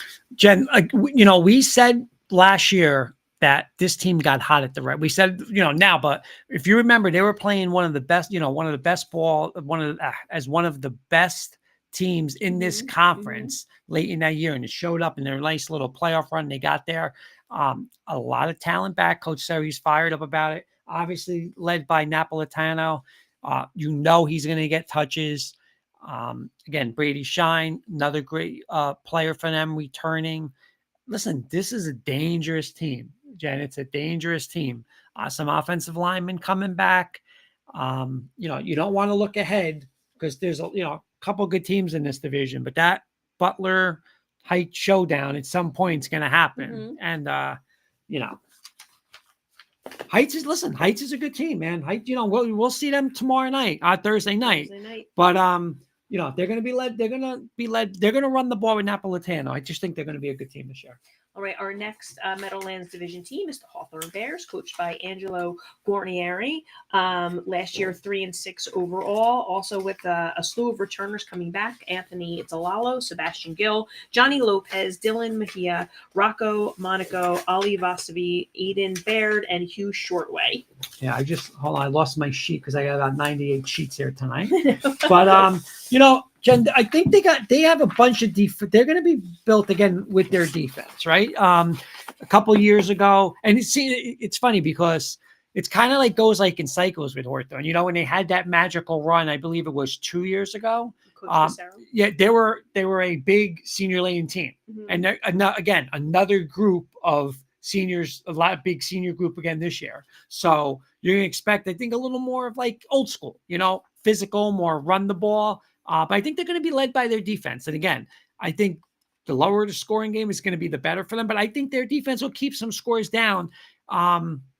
Very interesting team. Again, anytime you have that senior group of, you have a good group of seniors and a lot of them with the experience, a lot, very helpful. So again, Hawthorne built on defense. That's what I'm going to say. All right, our next team in the Meadowlands Division is the New Milford Knights, coached by Coach Bill Straub, entering his second year. Last year, in his inaugural season, they were 7-3. They lost in the North 1 Group 1 semifinals to Mountain Lakes in a close game. So another great first season for Coach Straub here. And his returners are Jake and Luke Johnson. Yeah, two stud players. I mean, physical. They're both physical players. There were I don't want to use the word finesse last year, but they had a lot of skill kids, right? They had that great quarterback wide receiver combination. So I think they might be more of lean more to physicality again this year. And coach loves their work ethic. That's what he said to us, is that, this team works. He likes how they work. Listen, you can't go wrong with that. I mean, you could be as talented as you can. That's something you can't coach Right. into kids, You could be as talented as you can, but if you don't have the work ethic, they have the work ethic, and you're led by the two Johnsons. Again, a team to watch. I don't think they're going to be as explosive, scoring as many points as they did last year. But again, it's a team. Anytime they line up, they can win that, Friday or Saturday. All right, and our next Meadowlands Division team is Saddlebrook, and also Coach Catrono was on with us earlier. New to Saddlebrook, but not new to the NJIC. Coach Catrono is his first season at Saddlebrook. Last year they were 3-6, but they returned a good core that he's really excited about, that he spoke about a little bit earlier there. So they will also be playing in the Aviator Classic on Thursday evening with a matchup against Kittatinny. Listen, the thing that stood out for me, and as I know he was high on his quarterback, Nick Vitello, but when he says, he's one of, I don't remember what was the word? Was it accurate or I forgot the word he said, but it was wow. I mean, and Coach Catrona coaching some big places with some good quarterbacks. So, he's saying that's including the parochials. And obviously he had a great quarterback last year at Woodridge for the past couple of years. We're going to talk to him. If he's going to talk about him like that, that's, he's giving high praise to that quarterback. And listen, just like Garfield a couple of years ago, or Garfield where they are now, new facility, right? New head coach, new. It just brings a new excitement. It does. It does. All those things. It really does. Yeah. I remember when Montville got their new turf even, the amount of kids participating in fall sports just, rock skyrocketing. And you know what? If you're a Saddlebrook player, and now here comes Coach Catrona walking through that door, you saw what he just did in Woodridge, right? I mean, listen, that's you now. Yeah. He's going to have these kids fired up, amped up. They're going to play their hearts out. They're going to be physical. And then starting with the youth. Yeah. Well. Oh yeah. Yeah. I mean, he's got a lot of kids in the program. Yeah. And it's something when you're coaching home too, he's coaching in his hometown. He's going to be involved with those junior kids. So listen, Saddlebrook is like the mystery team, you really don't know what you're going to, until we start seeing them Thursday, and I'll be watching that on Thursday, but it's going to be fun to watch, they're going to be the biggest question mark, because I remember when he went into Woodridge the first year and you were like, oh, what do you expect? I mean, I see him in locker room every week celebrating. So listen, he's going to bring that to Saddlebrook. And stay tuned for what he's wearing in the first game. Yep. I can't wait to see. Yep. And our last Meadowlands Division team is the Secaucus Patriots. Co-coaches Charlie Voorhees and Tom Carey. Last year, 4-5 overall. And actually, they finished the season strong with 4 wins. So they really came on strong at the end of the season. Some of the returners include Brandon Vega, Chase Burkess, Joe Pinto, Aiden Maratorano, Byron Mills, Slade Bello, and Nate Borgia. A couple things. Another team just like North Arlington. A lot of injuries last year. Once they got healthy, they started winning games. Number 2, great senior class coming back, a lot of seniors. And number 3, when you're led by Charlie Voorhees and Tom Curry, those two guys are outstanding coaches. This is a team where, again, I remember Secaucus, a couple years ago, they were the team in the BPSL and stuff like that. They were a great program. And you know what? Don't be shocked if this team comes back starting this year. Big senior class. Okay. Obviously, Vega is going to be their workhorse, but, I love the combination of the two coaches. They're winners. They won all their lives. They're going to bring winning to this program. This is a team, again, just do not sell this team short. They got hot last year at the end. I think it's going to carry over to this year. All right. And that rounds out the Meadowlands division. We're going to move on to our last division in the NJIC, which is the Patriot division. We do have Coach Carbone from Woodridge in the waiting room with two of his players. So I'm actually going to work backwards in this division, if that's okay with you, so that we can get Coach and his players in because they have been waiting so patiently. So let me bring in Coach Carbone, and he is joined by two seniors in Nick Scalera and Chris Rios. So let me get everybody in here. Hi, Coach. How you doing? I'm doing good. How are you doing? Good. Thank you for being so patient, and welcome to the show, Nick and Chris, as well. Thank you. Thank you. Chris, I'm going to start with you. You're one of the better players in the league coming back. All night, if you guys heard it, we kept saying how many teams here lost their quarterback, but Woodridge, very lucky to have you coming back. You've been one of the better players since you've been there, obviously last year, and now you're back. So you have a couple other weapons coming back this year with you. So what can we expect from the offense, and why do you think this offense could have the potential to be a very explosive offense?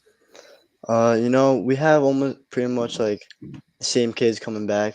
Wide receiver Chance Akavino and Melvin Zabaleta. We have a very powerful offense with a big, strong line. I think we're just going to move the ball downfield and it's going to be great. Nice.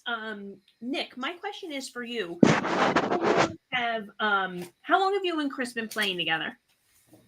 I would say since flag. Yeah, I was wondering. I wasn't 100% sure, but I had a feeling in a town where you guys grow up together. So how would you describe your chemistry on the field? I would say our chemistry is really good. If something feels off, we'll just talk about it. We'll rep it in practice and we'll fix it. So you think having played together since you guys were little guys has made a big difference in your chemistry on the field? Oh yeah, 100% it helps. That's great. We got a Thomas T saying this team is amazing. Let's go Woodridge. And he's saying, yo, Chris Rios. Millie Diaz, Woodridge is going to be the team to beat this year. Go Blue Devils. Thomas is saying new era. Coach, I'm going to come to you. A lot of times when you go to a school, you become a new head coach. It's like, oh, we got to rebuild and stuff like that. I don't think you guys are rebuilding. Like Chris said, you guys got a lot of talent back, expectations. These guys they expect to win. They're ready to win. We got people in the chat saying they're the team to beat. So how nice is it when you go there and it's like, hey, I'm taking over again. This isn't a rebuild. This is, hey, we're ready to win now. Yeah, I think that's a testament to our guys. I think, these guys especially, they've kind of set the standard and the foundation of what they wanted. Obviously, losing a coach is never an easy thing. But I think the way these guys have handled themselves and, just we've implemented a lot of new things and threw a lot of new things at them. And I just think that they're kind of, again, it's a testament to their character and who they are because they really, they came in with an open mind and they kept the standard like that. So, like you said, it's good to have, high expectations, but with expectations, these guys know that we just have to show up and work every day. And that's what they've been doing. So credit to them. Coach, could you take a moment and just mention some of your other players that you're expecting to have an impact this season? Yeah. So some of our, we have a really good mix of, a lot of guys coming back. Like you said, I walked into a great situation. I have three of our seniors up front, Eric Hayes, Abdul, and Derek.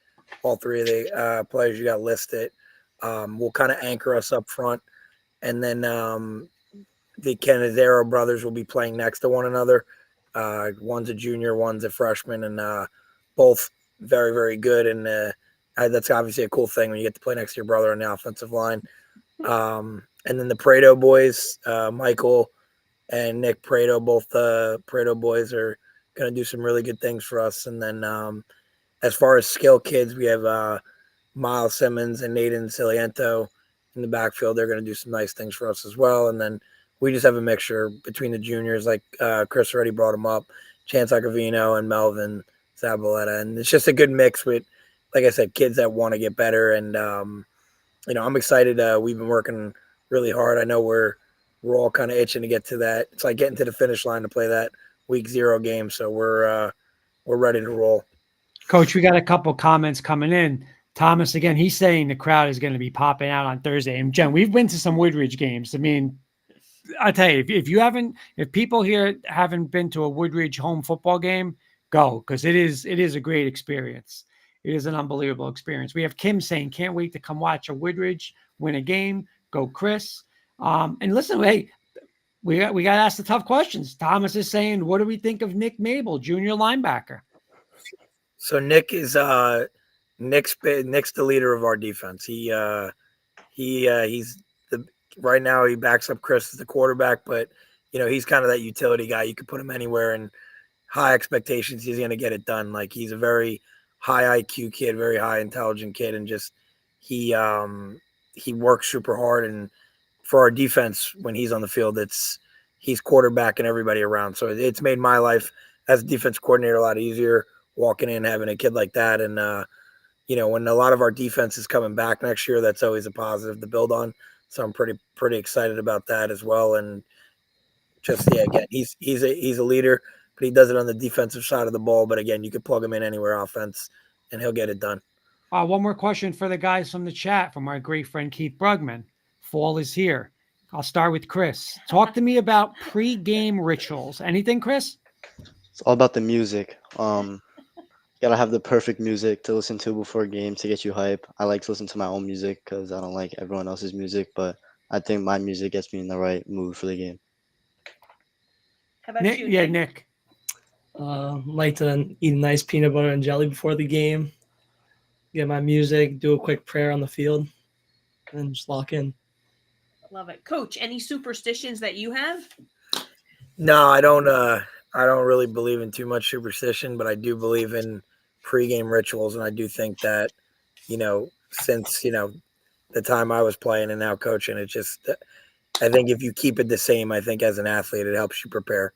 I do the same as a coach, and these guys, they just brought up a couple, but yeah, these are little things that, you know, go a long way. Coach, how's the transition been for you becoming head coach?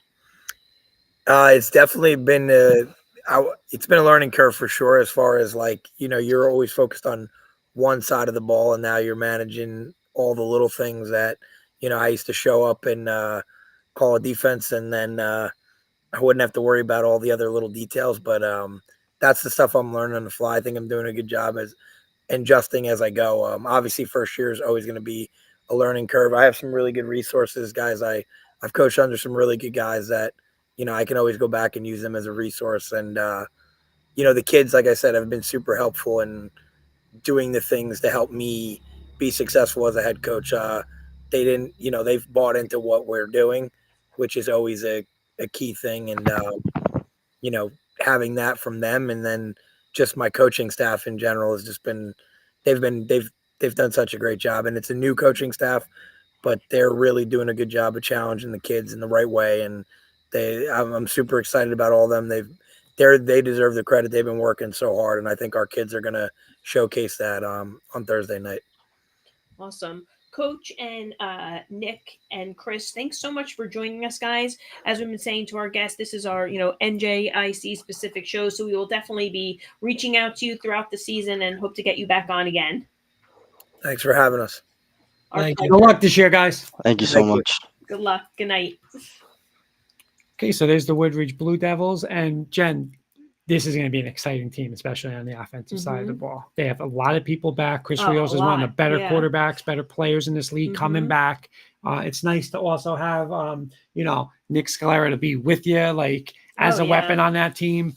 this team, there's Johnny Beelan saying best duo in the game. What's up, Mr. Beelan? Thanks for checking in, Mr. Kenny Beelan. needs to know. I want to know Jen and Kurt's rituals when they had coaching and playing. We can probably do a show on that with mine. Yeah, listen, this team is.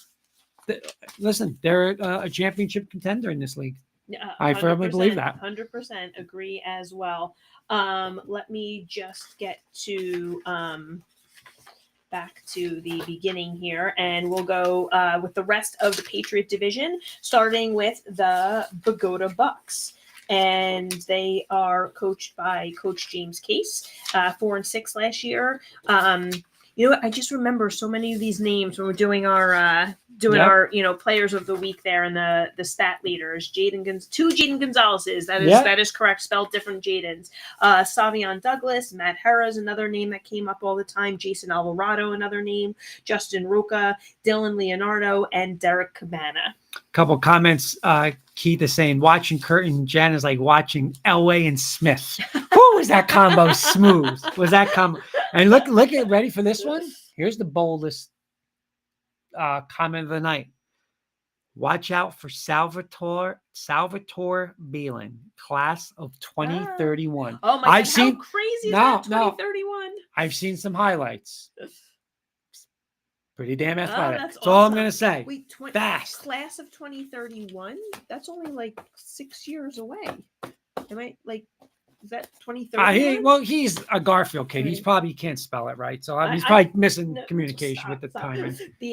Anything you want to add? Well, I'm a Garfield guy too. I'm not saying. I'm just saying. No. I'm saying I want to make. I might have just thought he was a different age. That's all. No, but very talented kid. Sure, I'll show you on Facebook. No, but go again, just like you said, it's so funny, right? You said you got the two names, right? The Jaden Gonzalez's, right? But I think they're again, the new field. Oh, right. We talk Coach about Appleton that. Becoming the AD. Yeah. So again, another just like Garfield last year, just like Saddlebrook this year. Hey, Bogota finally gets their field. It's going to be beautiful. After a rough year last year. Yeah, all their games on the road. Right? Yeah. But again, listen.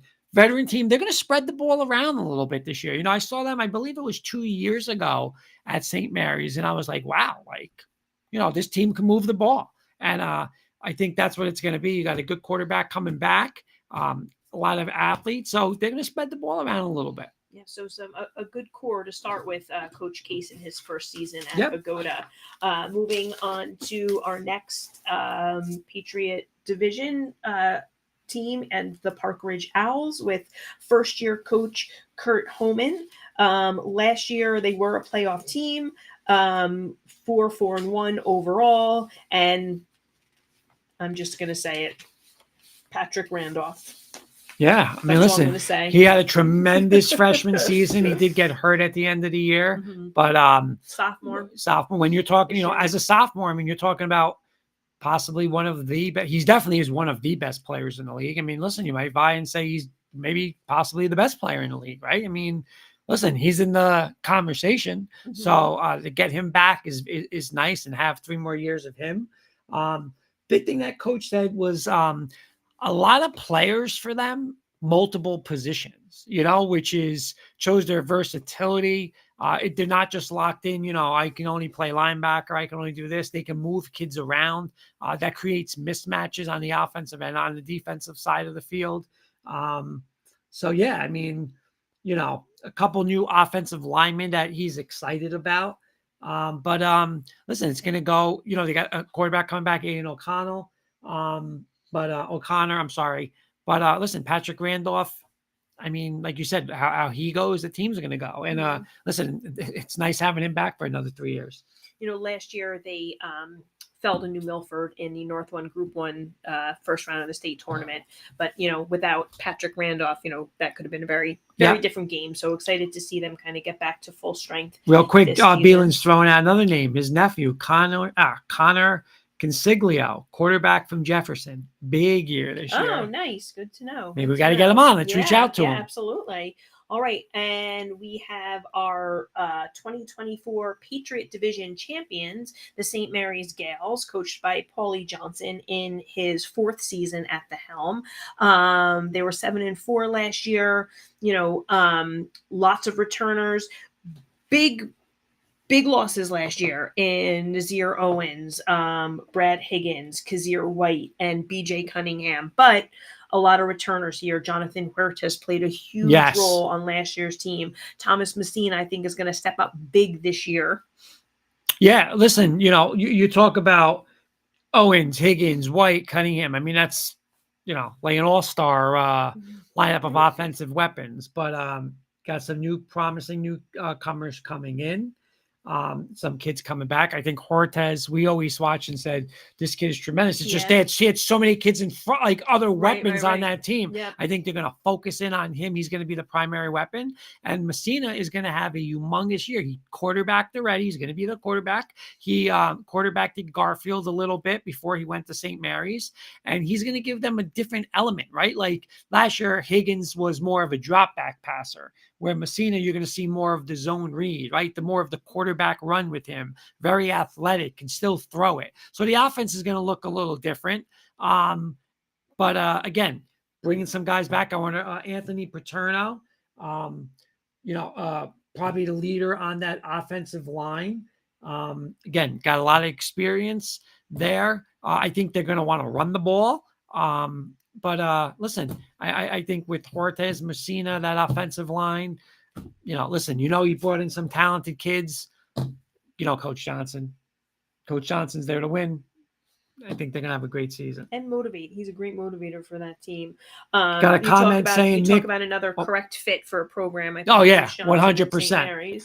There's another comment. Nick Grassi from St. Mary's is going to go crazy this year, number 2. So there's there's our stat of the night. Hey, I love when the commenters start throwing out some players for us. St. Mary's was a playoff team last year, competing in non-public B and falling to Thomas Aquinas in the opening round.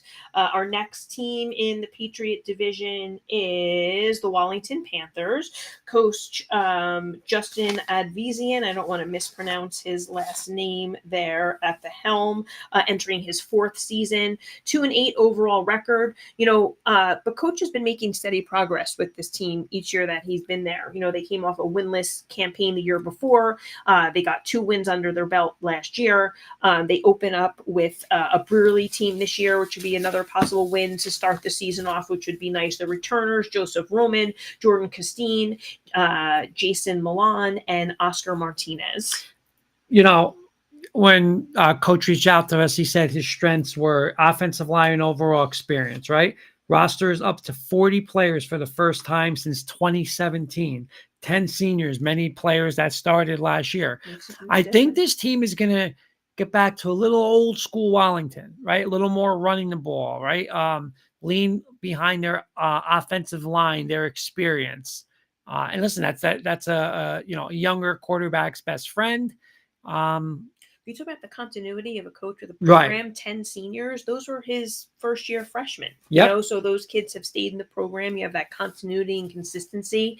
It it helps a lot. Yep. I'm sorry. Did you want to add? Yeah, real quick. Sir Miles, Mary's versus Woodridge game is going to be the NJIC game of the year. I'm calling it now. There's our good friend, Mr. Nealing. Hello, Mr. Don't forget Nealing. The Wallington Panthers AD could chuck it back in his day. Yes, won a state championship nice. at Wallington. So yes, Charlie Vellis, starting quarterback of the state championship team. Our next team in the Patriot Division is the Weehawken Gales, coached by Coach Bill Campy in his 7th season. Last year, they were 4-5 overall, did qualify for state tournament play for the first time in 20 years. So a big milestone for Weehawken there. His returners are Emmanuel Delahose, Donovan Alves, Evan Banky, Niall Keenan, Ariel Matias. Jen, before they came back into the NJIC and was playoff eligible, they were always at them in Bogota battling in that division along with Elmwood Park and stuff like that.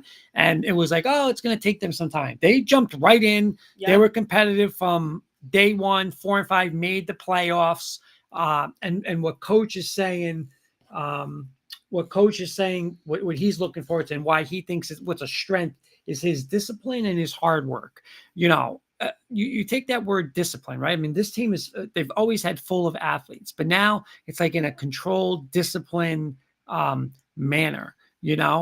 So again, a force to be reckoned with. Coach is doing a phenomenal job there. And again, listen, his goal, he wants the playoffs again.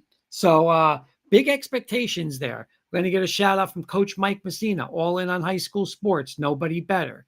Go Gales. Thanks for checking in, Coach. And we did start with our Woodridge Blue Devils at the start here. We had Coach Carbone join us with Chris Rios and Kenny's Nick correcting Scalera. you. Jen, you said Weehawken Gales, aren't they the Indians? Oh, did I not switch that? It's on a the long screen show, there? Kenny. It's a long. It's a lot of graphics. It's a that lot of Jen did, graphics yeah. tonight. So if I said the Gales or forgot to switch Well, let's it, get I Woodridge. We did gotta get make that Woodridge hit. again. Well, we did Woodridge. No. But you just put it up. I know you Okay. just brought up the graphic, and Okay. What do you No, want to just say? again, listen. Oh. With our commenter just said that. Listen, St. Mary's, Woodridge. That's going to be a game, man. Woodridge is good. Woodridge last year when we watched them was a very talented team, and St. Mary's beat them last year. But listen, they have a lot coming back, led by one of the better players in this league. Woodridge is going to be, especially on the offensive side, they are going to be a phenomenal team. They're going to be very hard to stop. All right, that rounds out our preview of all of the teams in the NJIC, with minimal errors on my part. Minimal for all that. There were definitely, I'm human. I did make some mistakes, so apologize about that to our audience. But thank you for keeping on top of it. All right. As we do at each evening at this part of the show, we are going to make our picks. We stuck with just NJIC games for week 0. And it is Kurt, myself, and Kenny making picks. So our first game in the Mountaineer Classic. Oh, this is something I did want to mention. Just like Coach Tuero is playing Westwood in the Mountaineer Classic, I think it's great that St. Mary's picked up this game against Verona, a quality opponent in Verona here for them, a great test. They did the same thing last year. I think it was Pequannock they opened up with, right? And it's just, it's out of conference. I feel like this type of game can only help them. So here we have Kenny is picking Verona in this game, and I am picking St. Mary's. You ready for me? Of course. I'm going St. Mary's. I think this is a great week 0 game that Coach Johnson scheduled. This is what I think St. Mary's needs. Verona is always a great program. I think it's kind of like, like an even ground with the talent. And I'm just excited to see this new offense led by Thomas Messina. But I think the Gales get it done in a very close game. Yeah, I agree. We're going down. Okay. Yep. Our next game is Bogota at Morris Catholic. Kenny is picking Morris Catholic in this one. I have Morris Catholic as well. You know what? I'm not. I'm going with Bogota. I think the Jalen Gonzalez group, the combination there is going to get this done. I think they spread the ball around. Listen, not easy going on the road week 0, but I think Bogota is going to get it done for the NJIC. This is going to be an interesting game because it's a little unsure what to expect from Morris Catholic. They had a couple seasons ago a really strong season, and they were a little down last year. So I'm interested to see what they've brought in for this year. Neely's asking, do we get Bo's picks? No, but starting next week, we get what? Bo's top dog of the week. So next week. That starts next week. Great question. So that segment is to come. Our next game is, as we said, an NJIC matchup in the Liberty Division, that competitive division. This is a big game to start week 0. We have Pompton Lakes at Rutherford. Kenny is picking Rutherford. I have Rutherford as well, and I think that this is going to have conference implications early. Very early. This might be the best one of the best matchups, or maybe the best matchup in league competition. Pompton, like we said, they want to play very fast this year. But in year 3 for Miles Bouchin over there, he's got unbelievable talent. Like we said, Pascus, Joya, Do It All Weber, right? We got Diaz Waddle for the on the O-line. I like Pompton, but I'm not going against Rutherford at home. I'm going to take Rutherford to start out of the gate quickly. Listen, they were hot at the end of the year last year. Very high in Rutherford this year. I'm going Rutherford. All right, our next game is Bergenfield at New Milford. We have Kenny choosing New Milford. I have New Milford as well in this one. Bergenfield was 2-8 last year. This is an independent game for New Milford. I know you mentioned Coach Gallagher before, but Bergenfield was also hit with a devastating unfortunate situation, losing their head coach. And I can tell you that Bergenfield's going to play with a lot of emotion this night, and probably even more when they come home. So this is going to be a tough game for New Milford. I'm going to take New Milford at home, but Bergenfield's a little bigger, right? A little bigger conference. So I'm going to go New Milford, but there's going to be a lot of prayers and thoughts with the Bergenfield kids on this game, but I will take New Milford. All right, and then we have a rematch of last year's North 2 Group 2 state tournament matchup and another NJIC Liberty Division matchup here with Waldwick at Glen Rock. Kenny is choosing Waldwick in this one. I'm going to go with Glen Rock. Yeah, listen, Waldwick's going to be led by Dylan Ferreira. We said he's back. He does it all for them. But I just think the run game, Matt Boysitz, and their linebackers, their linebackers are back. So anytime you have good linebackers and a good run game, I'm going to sign up for that. I'll take Glen Rock. Okay, our next matchup is Wallington at Brearley. As we mentioned earlier, we're giving a little Wallington preview. They did win their opening game last season. I think this is a great game on their schedule. I'm picking Wallington in this one. And, I forgot Kenny. And Kenny is picking Brearley. I'm going to go with Wallington's offensive line in this one, Jen. Just like you said, I think Wallington, couple wins last year. I think this is a big, a must win for them. And again, I think they're going to do it old school. I think they're going to run the ball this year. I think they're going to run it on Thursday, and I'm going to take Wallington to get to 1-0. Okay. And our next game is Westwood at Lyndhurst. We had Coach Tuero on earlier. Again, I told him in my notes for this game, I wrote, I love this matchup. I think it's a great strategy for him to test his team this early in the season because, like he says, he believes in them and he knows that they can play with them. So I am torn on this one, though. I have to be honest. I think a little later in the season, Coach Tuero might have his team ready to beat them. Though I had the wrong place when I made this pick as well. But I'm going to stick with my earlier prediction. I'm going to go with Westwood, and Kenny is picking Westwood as well. Yeah, listen, I think this is going to be a very low scoring game, and I think you're going to have two great defenses. Right, you got two new quarterbacks coming in. Here's the problem. Lyndhurst is going to have to. Steve Klein is an unbelievable player for Westwood. Their running back. He's one of the better players maybe in the county. And Lyndhurst has to gear him up. The thing that I like about Lyndhurst, though, is, even though they're bringing in Jason Bellinger now as the quarterback, he's not coming in empty-handed. He's got a lot of weapons. You got Jarvis, you got Frias, you got Cano, you got Boyd. This is what makes me 9 out of 10 times I'm taking Westwood. But what happened, and we were there last year. We were at Lyndhurst when they let that game slip away. Listen, don't get nothing wrong. Jonathan Powsey is a stud, and Becton was unbelievable last year. But Lyndhurst left a lot of opportunities on that field, and that cost them a division championship. This game isn't for no division championship, but I'm telling you, Thursday night at home in your building, Lyndhurst gets a lot of upsets sometimes. I'm going with the upset, Jen. Right. I'm taking them. Coach Twirl, don't let me down. Coach I'm taking them. You know I'm rooting for you. All right. Our next matchup is Lodi at Woodridge. Two NJIC teams, but just in different divisions here. Lodi being in the Colonial Division and Woodridge in the Patriot. Kenny is picking Woodridge in this one. I'm picking Woodridge as well. Again, Lyndhurst. Lodi is a more experienced team. I think they're going to be more physical, pretty good defensively. But I just think with Rio, Scalera, like we were saying, the crowd is saying that place is going to be off the charts on Thursday night.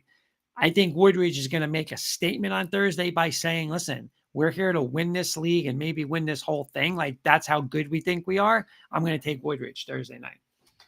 All right. Our next game is Dumont at Garfield.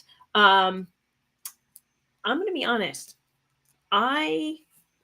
I'm switching what I originally did here after we had Coach on. And, I'm like convinced myself throughout the duration of the show when you talk about like having that buy-in from the kids when like a program kind of reinvents itself on top of having like that facility and just like numbers and kids coming out. I'm picking Garfield in this one. Kenny is picking Garfield as well. And you, my friend? Listen, Garfield's a fired up school, a fired up fan base, a fired up town. Like Coach was saying, you got the mayor involved, the board of ed involved, the council's involved. They're all around these kids. And if you took one school and said, hey, I think one school needs a jolt of excitement and a new, just a new belief and a new, whatever, just it was Garfield. Garfield is a very talented town. This town has tons and tons of athletes. They start keeping them home. They start winning games. Garfield's going to be a force. I'm going to take Garfield to go 1-0. Okay, our next matchup is another NJIC Liberty division in week 0 here. We have Manchester at North Arlington. I can't read my notes, but I have Manchester in this one. Kenny is picking North Arlington. This is going to be like a sneaky little good game here, right? Because North Arlington is bringing back their quarterback who was injured last year, came back at the end. They won a game. They're at home. Manchester, though, I think is just going to be a little more physical. He's building that team with great athletes, but he's building that team into a very physical team. I'm going to take Manchester on the road in a very close game. Okay, our next one is Hasbrouck at Elmwood Park. Coach Mulligan, who joined us via the Yankee game this evening. I am taking Elmwood Park here. Coach Mulligan always goes above and beyond. I'm hoping that he gets that week 0 win. Kenny has Elmwood Park as well. Yeah, so am I. I'm on this Coach Mulligan train. I think Jesse Stratch is going to, have a big day, a lot of touches. You're going to put that ball in that kid's hands. I'm going to take Elmwood Park to start off 1-0. All right. We have our next matchup is Becton at Hoboken. We had Coach Marr on earlier. He said, listen, we start off this season rough with Hoboken, and I believe as Butler is their second week, right? We talked about the importance of those early season games and what they can mean. Kenny is picking Hoboken this one. Coach Marr, I'm picking you and Becton here. I know you're starting a new quarterback there, but he's had a little experience getting in there. I believe he's going to get the job done for you. Listen, this is a tough game for Becton. You never want to go. You talk about historic programs. That's Hoboken, right? You got to go on the road. But listen, this is the Eli show starts this week, right? And I could tell you this: when he was a freshman, nothing fazed him. The moment wasn't too big. And I don't think it's going to be big now, right? And he's got a lot of weapons. We talked about Everett Bell, talked about best players in the league. He's definitely one of the better players and one of the best players in the league. You got Lucas Frank, Perry, Pitch, Ragazzino. I think a lot of weapons. I think they're going to be it's going to be very exciting to see this team. I'm going to take Becton to go on the road, Jen, and I think Becton's going to beat Hoboken. With you. All right, our next matchup is Hawthorne at MKA. This is our sole Friday game that's on the slate in the NJIC. Kenny is picking MKA here. I am as well. I'm going Hawthorne. I think the experience and the defense gets it done. I'm taking Hawthorne with a road victory. Okay. And our last 2 games are our games of the week, and they are the Aviator Classic games. So we have the 3 p.m. game on Thursday, which is Kittatinny versus Saddlebrook, being played at Hasbrouck Heights. Kenny is picking Saddlebrook, and I think Coach Catrona is going to get that first victory under his belt there as well. I'm going with Saddlebrook too. These are hard games to pick because, we haven't seen much of Kinnatini and Wallkill Valley, and they're great programs. We heard all the coaches talking about that today. But I'm going to go with Saddlebrook. There's something about like Coach Catrona, like when he just walks through that door and he talks to those kids, like those kids are just, listen, what happened last year? It doesn't matter. Like, we don't care what Saddlebrook was. Like, what is Saddlebrook now? And Coach Catrona expects to win. He has high expectations. He's talking like his quarterback's one of the best quarterbacks he's ever coached. Who am I to pick against him? I'm going Saddlebrook. All right, and our last one is the 6 p.m. game slated in the Aviator Classic, which has Wallkill Valley at Hasbrouck Heights. Kenny is picking Hasbrouck Heights. I'm going with Coach Seri and Hasbrouck Heights as well. Wallkill Valley last year, 5-5, lost to a very good Cedar Grove team in state playoffs, but I'm giving the inaugural Aviator Classic in honor of Coach Del Caso at Hasbrouck Heights. I'm picking Hasbrouck Heights. Yeah, it's so hard to win at Heights, right? Again, Wallkill Valley is a great program. Like you said, they had a good season last year. Listen, this is not going to be an easy game, but I'm with you, Jen. I'm very excited to see Hasbrouck Heights. They were playing, one of the best footballs in this conference towards the end of the season last year, and I think it carries over. I'm going to go with Napolitano. Napolitano getting a lot of touches. I'm going to go with Heights. All right.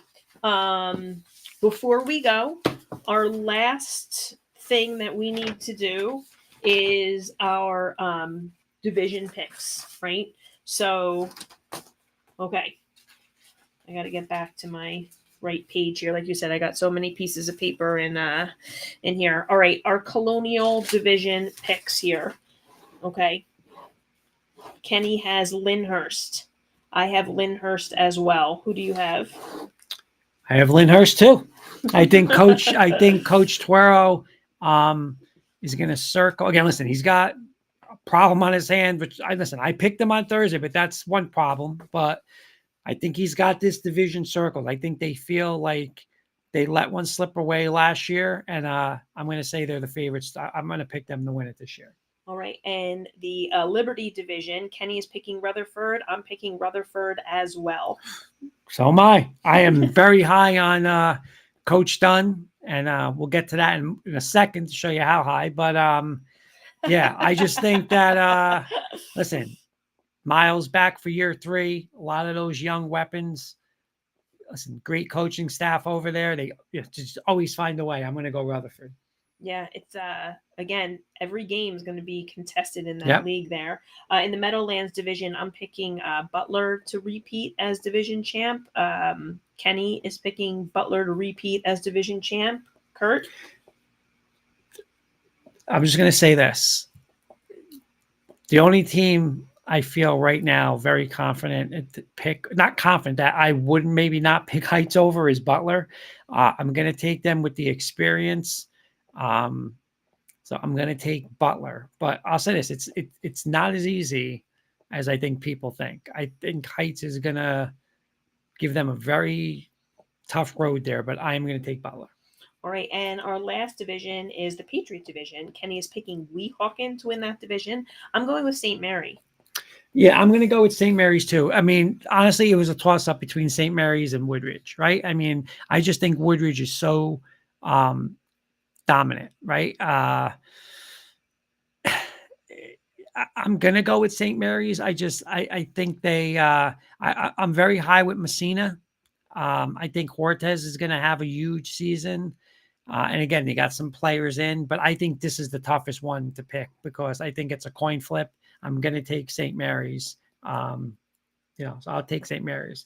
All right, give me your championship game. Well, who's Kenny have winning it? Well, we don't know how it's going to match up. All right, so give me your champion. Okay. Give Kenny's champion. Kenny's champion is Rutherford. My champion is Butler repeats. And your champion? All right, I'm going to be honest. I so want to pick Rutherford right now. I do. But I made a statement on my Nick show a couple months ago, and I was fired up, and I said, it's us versus everybody and us versus the world. It's us versus everybody. And I can't be a hypocrite. Coach Luciani, this is for you. Butler, you're a hell of a team. Rutherford, all four of these teams are a team. I'm going Butler over Rutherford. I really want to pick Rutherford, but just because of the Nick connection with Coach Luciani, I'm taking Butler. But I'm going to go Butler over Rutherford. That concludes our Whew. NJIC preview show. Thank you for watching. It was a long one, but we want to give all of the teams their due credit. I'd like to thank our guests this evening. Bear with me so I don't forget anybody. Coach Del Calzo, our coaches from the Aviator Classic. Let me make sure I have their names. It's obviously Coach Catrona and Coach Seri, the Kittatinny coach, Coach Coltelli, the Wallkill Valley coach, Coach Hamill.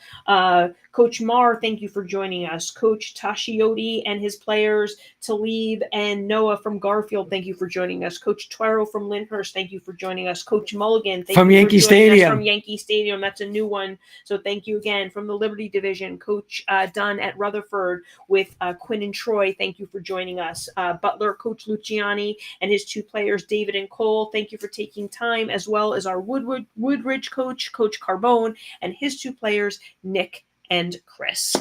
Just so you guys know, our shows will not run this long. No. They're going to be our shows starting again next week. We just do our preview show. Good luck to everybody. It's an exciting time on Thursday. Hey, everyone has championship aspirations, but good luck to all the coaches. Good luck to all the kids. Good luck to all the schools. Thank you, Jen, for Thank being you. such a great host tonight. You too. did You a too. great job with all the work. And thank you to all